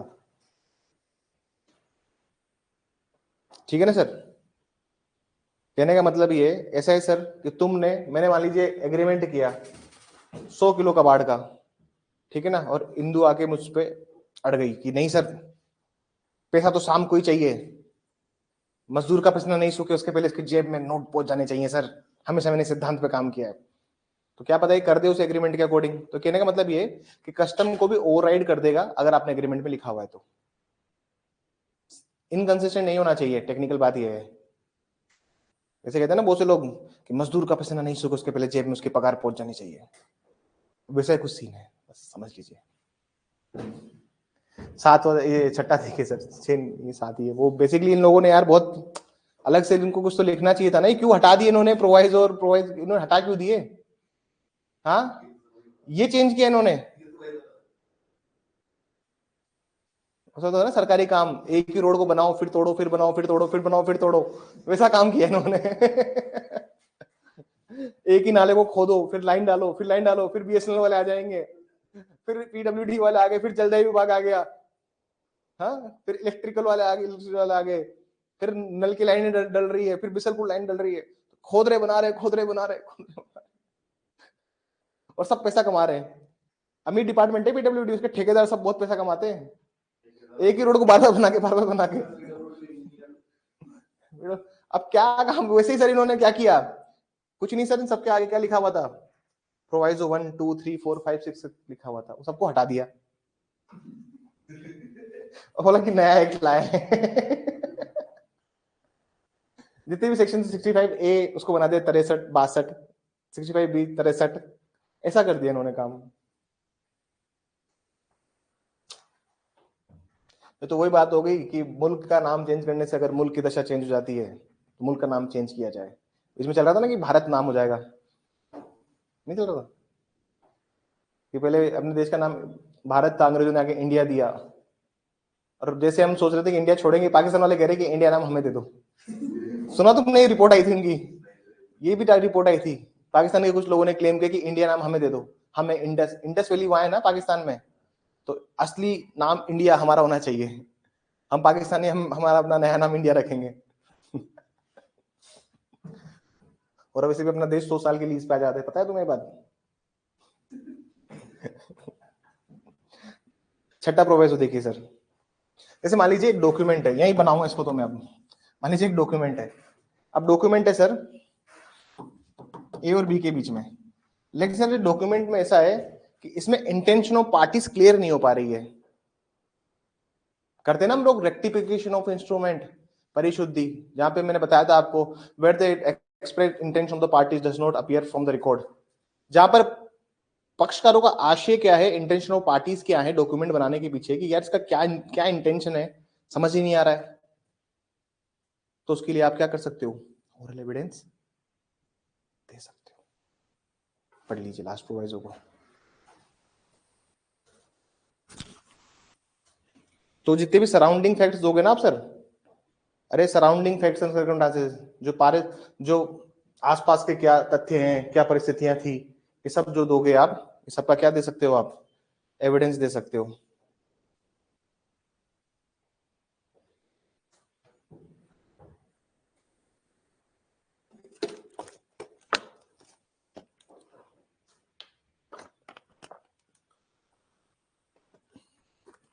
आई थिंक समझ में आ गया होगा आपको। और यहाँ पे अंत होता है किसका, 95 का अंत होता है क्या यहाँ पे। हाँ, तो प्रोवाइजो पढ़ो, ये सबसे दुखी करने वाले प्रोवाइजो हैं। प्रोवाइजो पढ़ने के पहले एक काम कर लो, बस इतना सा छोटू सा काम कर लेंगे।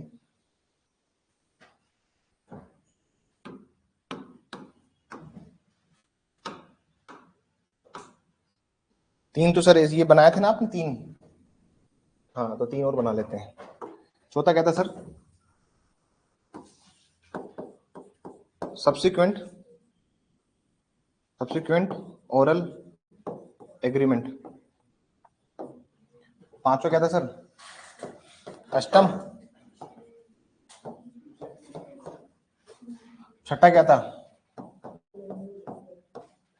इंटेंशन ऑफ पार्टीज ना, भाई पार्टीज का आशय पता नहीं लग रहा है। चलो अब एक एक प्रोवाइजो, एक एक इलस्ट्रेशन को देखते हैं और देखते हैं कहां फॉल होता है, ठीक है ना सर। अरे यहाँ लिखिए सुभिन्न पाश्चिक मौखिक करार, यहाँ लिखिए रूढ़ी रिवाज, यहाँ पे लिखिए पक्षकारों का आशय। सुभिन्न पाश्विक मौखिक करार, रूढ़ी व रिवाज और पक्षकारों का आशय, समझ में आ गया हर एक प्रोविजन क्या बोलता है। अब एक एक इलस्ट्रेशन समझ लेते हैं और खत्म करते हैं यार, ये बहुत टाइम टेकिंग इलस्ट्रेशन होते हैं, तो तुमको समझाना तो पड़ेगा ना। यहाँ से सर सवाल आता है, यहाँ से क्या आता है सर, सवाल, और हर सवाल को चीरता हुआ एक जवाब होना चाहिए। फोकस करोगे समझ में आ जाएगा, नहीं समझोगे नहीं समझ में आएगा, ठीक है ना सर। ऐसी बात है सर, जिन बच्चों ने पहले पढ़ा हुआ है वो बच्चे मत ही बोलिएगा, बच्चों को बाकी को बोलने दीजिएगा। एक ही बच्चा है क्लास में, तो बाकी को बोलने दीजिएगा, ठीक है ना। हाँ सर, पहला वाला जो इलस्ट्रेशन है, a policy of insurance is effected on goods it ships from Kolkata to Visakhapatnam. The goods are shipped in a particular ship which is lost. The particular ship was orally accepted. From the policy cannot be proved. Sir किससे related है, पहला वाला किससे related है, हाँ तो bracket में लिखिए related to proviso two, related to proviso two, क्योंकि सर इंश्योरेंस की कॉपीज क्या होती है, फॉर्मल होते हैं ना सर। इंश्योरेंस, इंश्योरेंस की कॉपी क्या है सर, इट्स ए फॉर्मल, ये एक प्रारूपिक दस्तावेज है, इसका वो नहीं हो सकता। इसके लिए मौखिक साक्ष्य, मौखिक साक्ष्य क्यों नहीं दिए जा रहे हैं यहाँ पे, क्योंकि इंश्योरेंस की कॉपीज क्या होती है, क्या होती है हेमराज इंश्योरेंस की कॉपी, हेमराज क्या होती है इंश्योरेंस, कौन से में जा रहा है ये, क्यों गया, पूरी चीज लिखी होती है, इसलिए आप ओरल एविडेंस नहीं दे सकते, इसलिए उसको कैन नॉट बी प्रूव्ड लिखा हुआ है, इसलिए साबित नहीं है। समझ में आया, मेंस में पूछे जाए तो लिख दोगे ना सवाल को कि एक्सेप्शन प्रोवाइजो टू में जाता है, हाँ दूसरे परंतुक में आ जाइए। A agrees absolutely in writing to pay B 1,000 rupees on the 1st March 2023। ये बोलता है सर कि भैया देख, अच्छा इन्होंने डेट चेंज कर दी क्या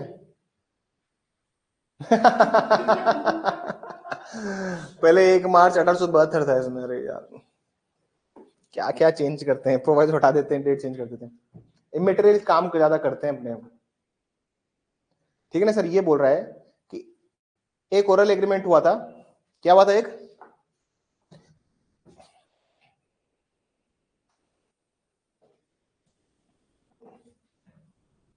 देखो सर एक ओरल एग्रीमेंट था, उसके बाद एक और ओरल एग्रीमेंट हुआ उसको चेंज करने के लिए। पहले था सर तेरा पैसा मैं दे दूंगा 1 मार्च तक, फिर वो बोलता है कि तेरा पैसा मैं दे दूंगा 31 मार्च तक। तो इसके लिए क्या कर सकता है सर, वो ओरल एविडेंस दे सकता है ना सर, दे सकता है नहीं, नहीं दे सकता, कौन से में जा रहा है, अरे किस में जाएगा, किस में जा रहा है, अब आप बताओ ये ओरल था क्या,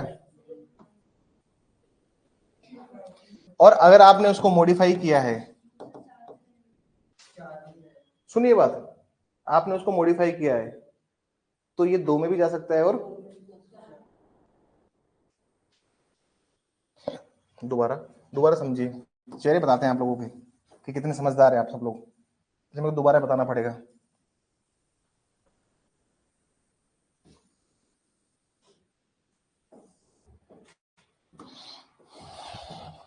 एक रिटर्न एग्रीमेंट था सर, एक लिखित में एक एग्रीमेंट था, और उसमें था कि भैया तेरे को 1 मार्च को पैसे मिल जाएंगे। एक डिस्टिंक्ट ओरल एग्रीमेंट हुआ, एक अलग से मौखिक करार हुआ, जो कि बात कर रहा था उसमें चेंज करने की। उसने बोला कि 31 तक पैसे दे दूंगा, क्या आप ओरल एविडेंस देके प्रूव करोगे, नहीं। तो ये सर कहा जा रहा है, सेकंड में भी जा रहा है, और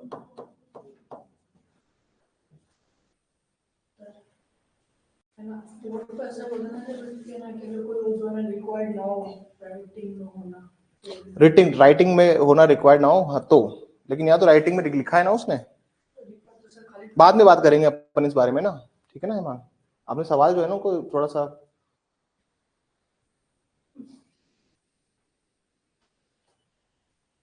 एक्स्ट्रा बुद्धि नहीं लगानी होती लोगों के अंदर, अगर तुम एक्स्ट्रा बुद्धि एक्स्ट्रा कोशिशों में सोचोगे ना तो फंसोगे। ये तो उसमें भी जा रहा है, ये उसमें, अब हाँ चौथे में क्यों नहीं जा रहा, चलो आपको उठा लेते हैं, हाँ क्यों नहीं जाएगा चौथे में, घर जाओ, घर जाके पढ़ो ना पूरा जो पढ़ा है ना, इसको रिवाइज करना, और फिर कल मुझसे यही सवाल पूछूंगा आपसे मैं, कल मैं आपसे यही पूछूंगा।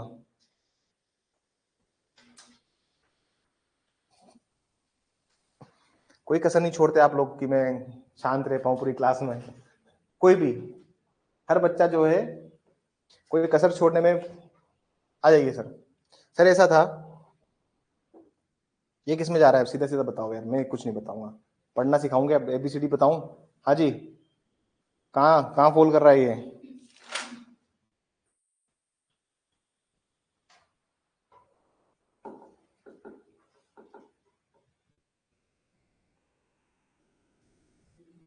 an estate called the Rampur Tea Estate is sold by deed which contains a map of property of the sold, the fact is land not under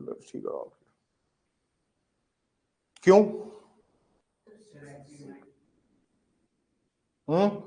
क्यों नहीं जाएगा सेकंड में?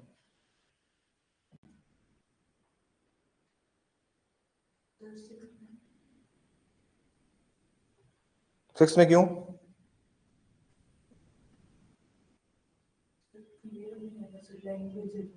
तो फिर तो ओरल एविडेंस दे सकते हैं, फिर तो वहां पे प्रूव होना चाहिए था, यहाँ पे कैन नॉट बी प्रूव्ड क्यों लिखा है?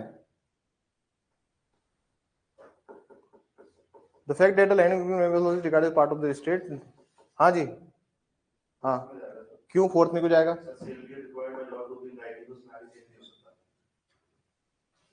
ओरल एविडेंस नहीं दे सकते। और सेकंड में जाएगा? सेकंड में क्यों नहीं जाएगा?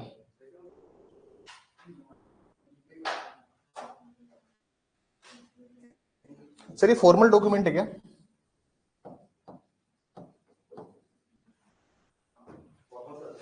तो फिर सेकंड में जाएगा ना।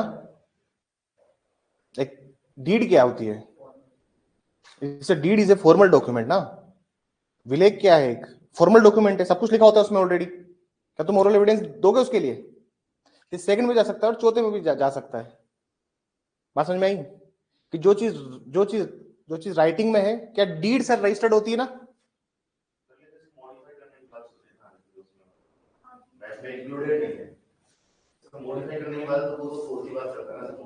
दूसरा भी तो समझ सकते हैं, क्या हम टू भी समझ सकते हैं? फोल करते हैं। देखिए इसमें कुछ इलस्ट्रेशन ऐसे हैं जो अलग अलग जगह पे अलग अलग प्रोवाइजर उन पे लागू हो रहे हैं। बात समझ में आई? यहाँ पे 2 भी लगता है और 4 भी लगता है। आगे देखिए डी में आइए। A enters into written contract with B to work certain mine the property of B upon a certain terms or even admissible। ये तो सिंपल ही है, सिंपल सी बात है। void voidable वाले टर्म्स कंडीशन यहाँ पे आ जाएंगे, misintention, mistake, fraud, undue influence, coercion, ये सब कहाँ चले जाएंगे? इजी था ये तो, आसान। ई में आइए। Instituted suit for specific performance of contract also prays that the contract may be reformed as one of the provisions. The provisions be considered by a mistake। क्या रे, क्या फालतू है? कहाँ जाएंगे सर? मिस्टेक दिख रहा है? मिस्टेक एफ में आइए please. Come into the F. A goods by later time of payment.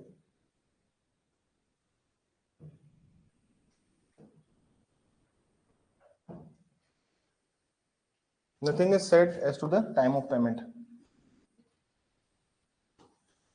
For a credit on a term still unexpired। ये क्या है सर? क्या है ये? कस्टम पेमेंट के बारे में बात नहीं हो रही ना सर। ओरल एविडेंस दे सकते हैं इसके लिए? अरे हो सकता है ना, एग्रीमेंट क्या हुआ था हिंदू से? 100 किलो कबाड़ स्क्रैप, पेमेंट की तो कोई जिक्र ही नहीं है उसमें, तो हम ओरल एविडेंस दे सकते हैं फिर इसके लिए। We can certainly give the oral evidence for that purpose। Very good. तो समझदार हो, होशियार बनते जा रहे हैं मेरे क्लास के बच्चे। रिजल्ट दे देना बेटा, होशियार यहाँ क्लास में होशियारी से काम नहीं चलेगा। जी आ जाइए, जी में आइए।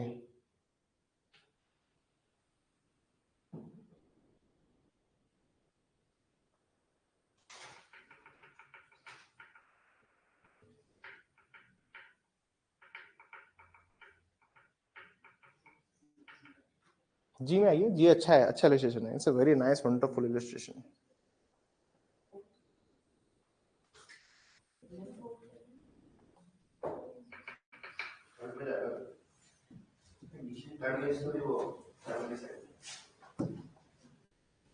कहाँ जाएगा?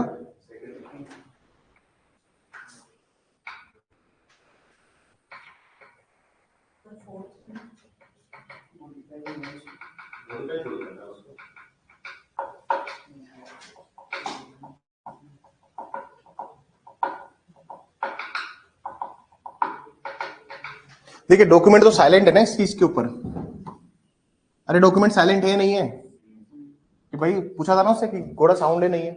सर दूसरे और तीसरे में जाएगा, पहले सुनिए दूसरे में क्यों जाएगा, पहले सुनिए दूसरे में क्यों जाएगा। एक सेपरेट ओरल एग्रीमेंट है, क्या है? सेपरेट ओरल एग्रीमेंट है, it is not inconsistent the terms. Third में क्यों जाएगा? थर्ड में इसलिए जाएगा क्योंकि सर सबसे पहली कंडीशन क्या थी कि घोड़ा क्या होना चाहिए? साउंड। सबसे पहले क्या पूछा है कि भैया घोड़ा तेरा ठीक है नहीं है, उसने बोला हाँ ठीक है, तभी तो एग्रीमेंट हुआ है। तो कंडीशन प्रेसिडेंट को फॉलो नहीं किया, जो कि लिखी भी नहीं है कि सर इसने पूछा था और मैंने लिख दिया। क्या लिखा हुआ है क्या उसके एग्रीमेंट के अंदर? तो this case will fall under proviso 2 and 3 both. 2 में क्यों गया समझ में आया? सर 2 में इसलिए गया क्योंकि जो सेपरेट ओरल एग्रीमेंट है, ओरली पूछा ना उससे, वो उसके ऊपर ये टर्म साइलेंट था, तो 2 भी लगता है। और 3 इसलिए लगता है क्योंकि सबसे पहले क्या पूछा उसने, अरे सबसे पहले क्या पूछ रहा है, पूछ रहा है ना मौखिक वारंटी देता है कि वो अच्छा है, तो मतलब सबसे पहले उसने ये पूछा होगा ना कि भाई तेरा घोड़ा साउंड है या नहीं है। उसने बोला कि नहीं नहीं सर अच्छा घोड़ा है, ले लीजिए। तब जाके उसको अलाउ, तभी तो जाके उसने खरीदा भाई, पर वरना क्यों खरीदता उसके घोड़े को? अरे समझे बात जी? एच आ जाइए सर। 2 चीजें होती है,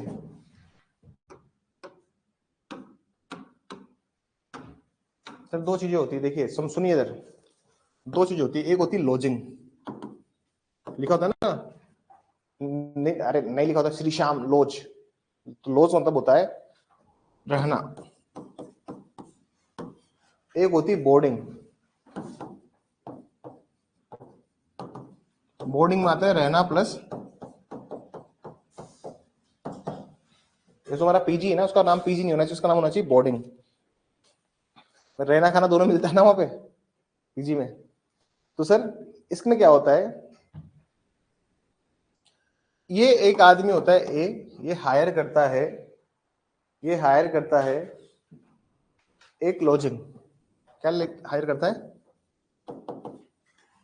लॉजिंग। ए हायर करता है बी से एक लॉजिंग, और इसका ऐसा होता है कि 200 रुपए पर मंथ उसके देने हैं। अभी इन्होंने पैसा तो नहीं बढ़ा दिया? अरे ये भी बढ़ा दे क्या?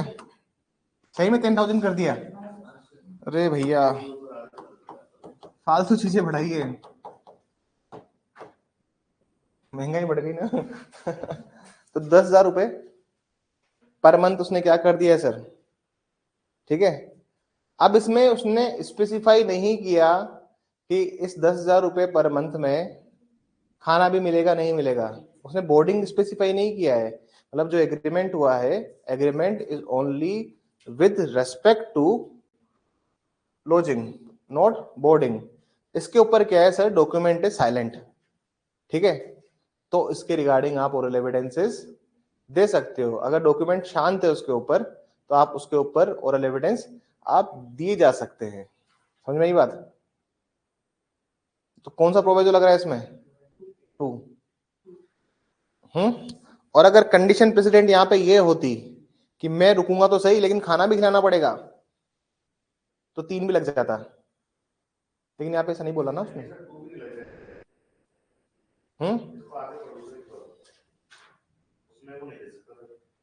एक बार बाकी बच्चे पढ़िए।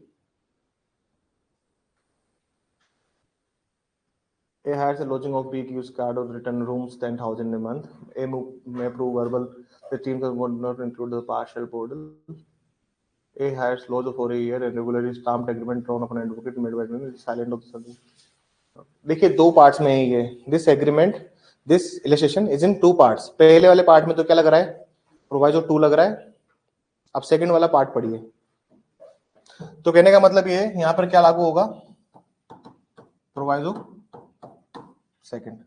अब इसका सेकंड पार्ट एक और है, 2 इलस्ट्रेशन से एक में ही। सेकंड इलस्ट्रेशन को पढ़ते हैं। सेकंड क्या बोलता है वो सुनिए कि सर ए क्या करता है, बी से 1 साल के लिए लॉज हायर करता है। कितने साल के लिए? इसके लिए लॉजिंग के लिए, कि भैया इससे रुकूंगा मैं, खाने की व्यवस्था नहीं है इसमें, ठीक है। और इसको पूरा स्टाम्प करा लेता है, पूरा एग्रीमेंट बनवा लेता है, पूरा एग्रीमेंट पूरा तैयार करवा लेता है, ठीक है। जब वो सब कुछ करवा रहा है और इस टाइम पे बोर्डिंग के ऊपर कुछ भी नहीं कहा गया, बोर्डिंग के ऊपर क्या नहीं कहा गया सर कुछ भी, तो सर ये डॉक्यूमेंट क्या बन गया, जिस दिन उसने अटॉर्नी से साइन करा लिया, पूरा कंफर्म पूरा डॉक्यूमेंट बना लिया, तो ये डॉक्यूमेंट क्या बन गया एक तरह से, this is a formal document बनाया ना। वहीं पे अगर आप ऊपर वाला देखोगे, ऊपर वाला जो था उसमें जो वो कर रहा था, इसमें कोई अलग से नहीं बनवाया था उसने, उसको कोई फॉर्मल डॉक्यूमेंट रजिस्टर्ड वजिस्टर्ड कुछ नहीं करवाया था, इसलिए भी अलाउ किया जा सकता है। वहां पे एक सेपरेट ओरल एग्रीमेंट भी हुआ है। चल ठीक है 10,000 रुपए पर मंथ में, तो ठीक है, खाना कितने में देगा, उसने कहा खाने इतने में दूंगा, ठीक है चल खाने के 12,000, ओके ठीक है डन। हो सकता है ना ऐसा भी हो, तो अलग से भी अगर ओरल एग्रीमेंट हुआ है, वहां 2 लग रहा है। और यहाँ पर क्या हो रहा है सर, यहाँ पे कौन सा लग रहा है? अरे फॉर्मल बन गया डॉक्यूमेंट, कौन सा लगेगा? सर रजिस्टर्ड है ना डॉक्यूमेंट। सेकंड भी लगेगा भैया, 4 भी लगेगा, 2 and 4।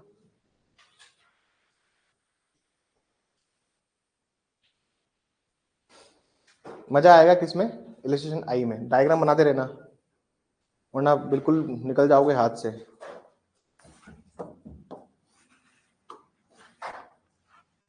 जिसको समझ में नहीं आया क्लास वापस जाके ले लीजिएगा। देखिए मैं आपको बता देता हूँ, और कुछ नहीं है समझ में आया तो कल वापस पूछ लीजिएगा आफ्टर क्लासेस। कल मैं इसमें लिखवा दूंगा 94 95 कल लिखवा दूंगा, आधे पौने घंटे का टाइम है। इसको डिक्टेट कराया, तो पीछे वाले सेक्शन से उनको खत्म करके कल हम बर्डन ऑफ प्रूफ में एंटर कर देंगे। किसमें? बर्डन ऑफ प्रूफ में। 70 सेक्शन हो रहे हैं, उसमें टाइम नहीं लगता ज्यादा। क्या नहीं लगता उसमें? वो टाइम टेकिंग प्रोविजंस नहीं है, वो सट सट सट सट सट भागते हैं। पीछे के 10 तो ऐसे ऐसे जल्दी होंगे पता भी नहीं चलेगा आपको। इलेक्शन आई बताइए। हाँ जी, आई देखिए, ए applies to B for a debt due to A sending by a receipt of money. B keeps the receipt and does not send the money. In a suit for the amount, A may prove this. A may prove this.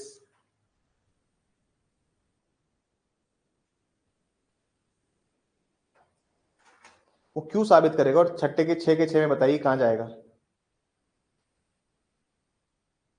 जिसको आता है वो तो मत बताइए, जिसको नहीं आता वो बताइए। सर 92 के किस में जा रहा है? 6 प्रोवाइजों में। 92 के सॉरी 95 के इन 6 प्रोवाइजों में जाएगा।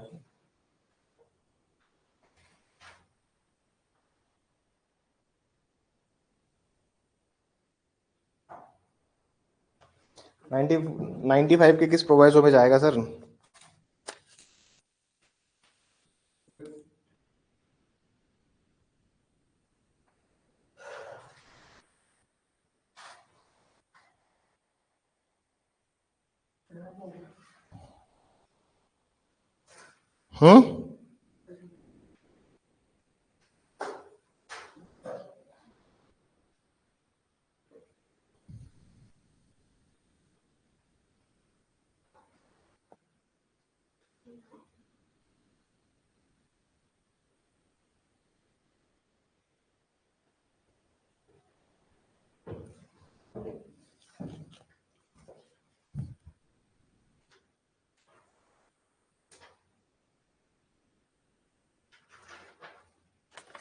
कहाँ जाएगा सर? थर्ड में क्यों? पैसा देगा तभी तो रिसीव रखेगा ना सर, कंडीशन हो गई सर।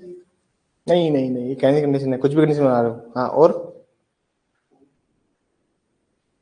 नहीं, अरे सर ये किसी में भी नहीं जाएगा, तुम कितनी बुद्धि लगा लो। ये जो रजिस्ट्रेशन है ना, ये रजिस्ट्रेशन ना तो 94 में आता है, नहीं 95 में आता है। याद करो मैंने आपको 94 में बताया था, ऐसे ट्रांजेक्शन्स को साबित करने के लिए आप ओरल एविडेंसेस दे सकते हो। सम व्यवहार को साबित करने के लिए, तुमने पैसा दिया तो उसके ट्रांजेक्शन को साबित करने के लिए तुम दे सकते हो ओरल एविडेंस। ये वहां जा रहा है, ये यहाँ पे क्यों लिखा हुआ है आई डोंट नो, हमें भी नहीं समझ में आता। ट्रांजेक्शन को प्रूव करना है इसको। देखिए आप एक बार इलस्ट्रेशन देखिए 94 का 94 आइए 94 में इलस्ट्रेशन ई देखिए, ये ई और आई 94 का ई और ये 95 का आई दोनों सेम सी बात करते हैं। ट्रांजेक्शंस के लिए you can give oral evidence, आप टर्म्स को समझाने के लिए ओरल एविडेंस नहीं दे सकते, but for the purpose of transaction you can give oral evidence. इसका एक्सेप्शन पढ़, इसका एक्सप्लेनेशन 3 पढ़िए। ये है सर वो, ये जो इलस्ट्रेशन है ना, ये जो एक्सेप्ट, ये जो है ना, यहाँ पे आप चाहो तो लिख लो सेक्शन 94 एक्सप्लेनेशन नंबर 3 और इलस्ट्रेशन नंबर, कौन सा इलस्ट्रेशन है वहां का? ई ऑफ 94। ये सर उसका वहाँ उसका इलस्ट्रेशन यहाँ डाल दिया इन लोगों ने, और बच्चा पूरे जिंदगी भर दिमाग लगाता रहा कि यार ये कैसे हो रहा है, क्योंकि बाकी को तो तुम फोल्ड करवा रहे हो, लेकिन ये ट्रांजेक्शन की वजह से आ रहा है। अब बहुत से बच्चे क्या करते हैं, इसमें सोचते हैं कि यार ये रिसिप्ट ऑफ मनी को भेज रहा है, शायद this is the matter of custom. क्या सोचता है बच्चा, कस्टम की बात होगी, लेकिन कस्टम की बात नहीं है यहाँ पे। अगर आप पढ़ोगे ना इसको, it is not about the custom, क्योंकि वो किसको साबित करना चाह रहा है, वो साबित करना चाह रहा है जो receipt of, keep the receipt. क्योंकि देखिए अगर आप 94 और 95 को समझते हो तो आप समझ रहे होंगे कि कॉन्ट्रैक्ट, ग्रांट और डिस्पोजिशन ऑफ प्रॉपर्टी, संविदा, अनुदान और संपत्ति के वेनन, ये सब किसी बात करते हैं, टर्म्स ऑफ डॉक्यूमेंट की बात करते हैं। किसकी बात करते हैं, टर्म्स। जैसे मान लीजिए डॉक्यूमेंट है, ये कॉन्ट्रैक्ट हो, ग्रांट हो, डिस्पोजिशन हो, आप इनके लिए ओरल एविडेंस नहीं दे सकते ना सर, लेकिन अगर आपने रिसीट दी है कोई, उसको तो साबित कर ही सकते हो ओरल एविडेंस से। ये क्या बात बोल रहा है, एक्सप्लेनेशन नंबर 3, चलो समझ में आ गया, जे में आ जाएगी।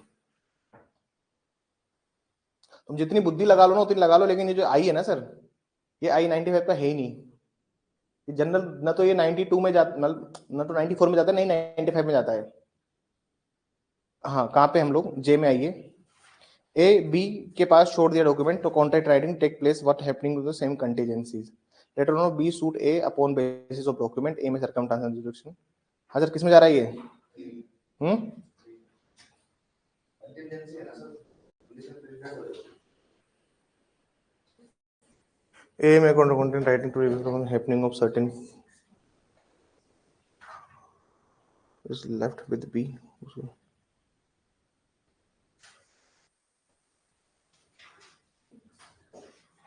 6 में क्यों जाएगा? हाँ 6 में क्यों जा रहा है? कंटिजेंट होगा sir, happening of a certain, तो सर 6 है क्या वो? सर वो लैंग्वेज क्लियर नहीं है सर, उसमें कुछ भी मत बोलिए, कुछ भी मत कहिए प्लीज। 5 में भी जा सकता है और जो कंडीशन प्रेसिडेंट है उसमें भी जा सकता है। सर 5 में कस्टम है सर, ये कस्टम थोड़ी है, कंडीशन तो सर आपने अभी लगाई है, कस्टम तो A and B make a contract writing to effect upon having certain the writing is left with B who sues A upon it. A may show the circumstances.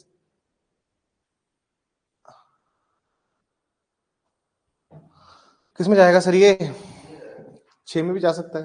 Himang is also right. ये वो बताएगा ना कि किन conditions में, किन परिस्थितियों में रह गया वो डॉक्यूमेंट उसके पास। सर जैसे मैंने आपको ये मेरे को भी करना था, मतलब ये डिफरेंट चीजों में जा रहा है। देखिए सबसे पहली बात, कंडीशन प्रेसिडेंट में जाएगा ही, ये 6 में भी जा सकता है, ठीक है ना। अब no more discussion upon this topic, क्योंकि ये कोई क्या फर्क पड़ता है, इसका इलस्ट्रेशन वो बता दिया। सारे समझ में आ गए होंगे आप लोगों को? 3 में कहाँ जा रहा है? अच्छा 3 में, अरे वो बता रहा है ना ऐसे, राइटिंग इफेक्ट तभी लेगी जब ये कुछ सर्टेन कंटीजेंसी हो जाएगी। कंटीजेंसी मतलब होता है ये कुछ परिस्थिति होगी तभी वो इफेक्ट में आएगा। जैसे बारिश होती है तो आपको किस बारिश होती है, तो कंडीशन प्रिपेयर्ड है ना। अरे तो वेजरिंग हो गया, बारिश होना ही, ये वेजरिंग है जो आप बोल रहे हो ना। कंटीजेंट है सर, ये नालों की फाइल होगी सर, कंटीजेंट बन के जैसे कहा। शुभम आप पढ़िए, अभी ज्ञान की बहुत आवश्यकता है आपको। नहीं क्लास ऑफ करते फिर थोड़ा सा ज्ञान दिया जाए आपको, ठीक है सर? कल लिखवाऊंगा।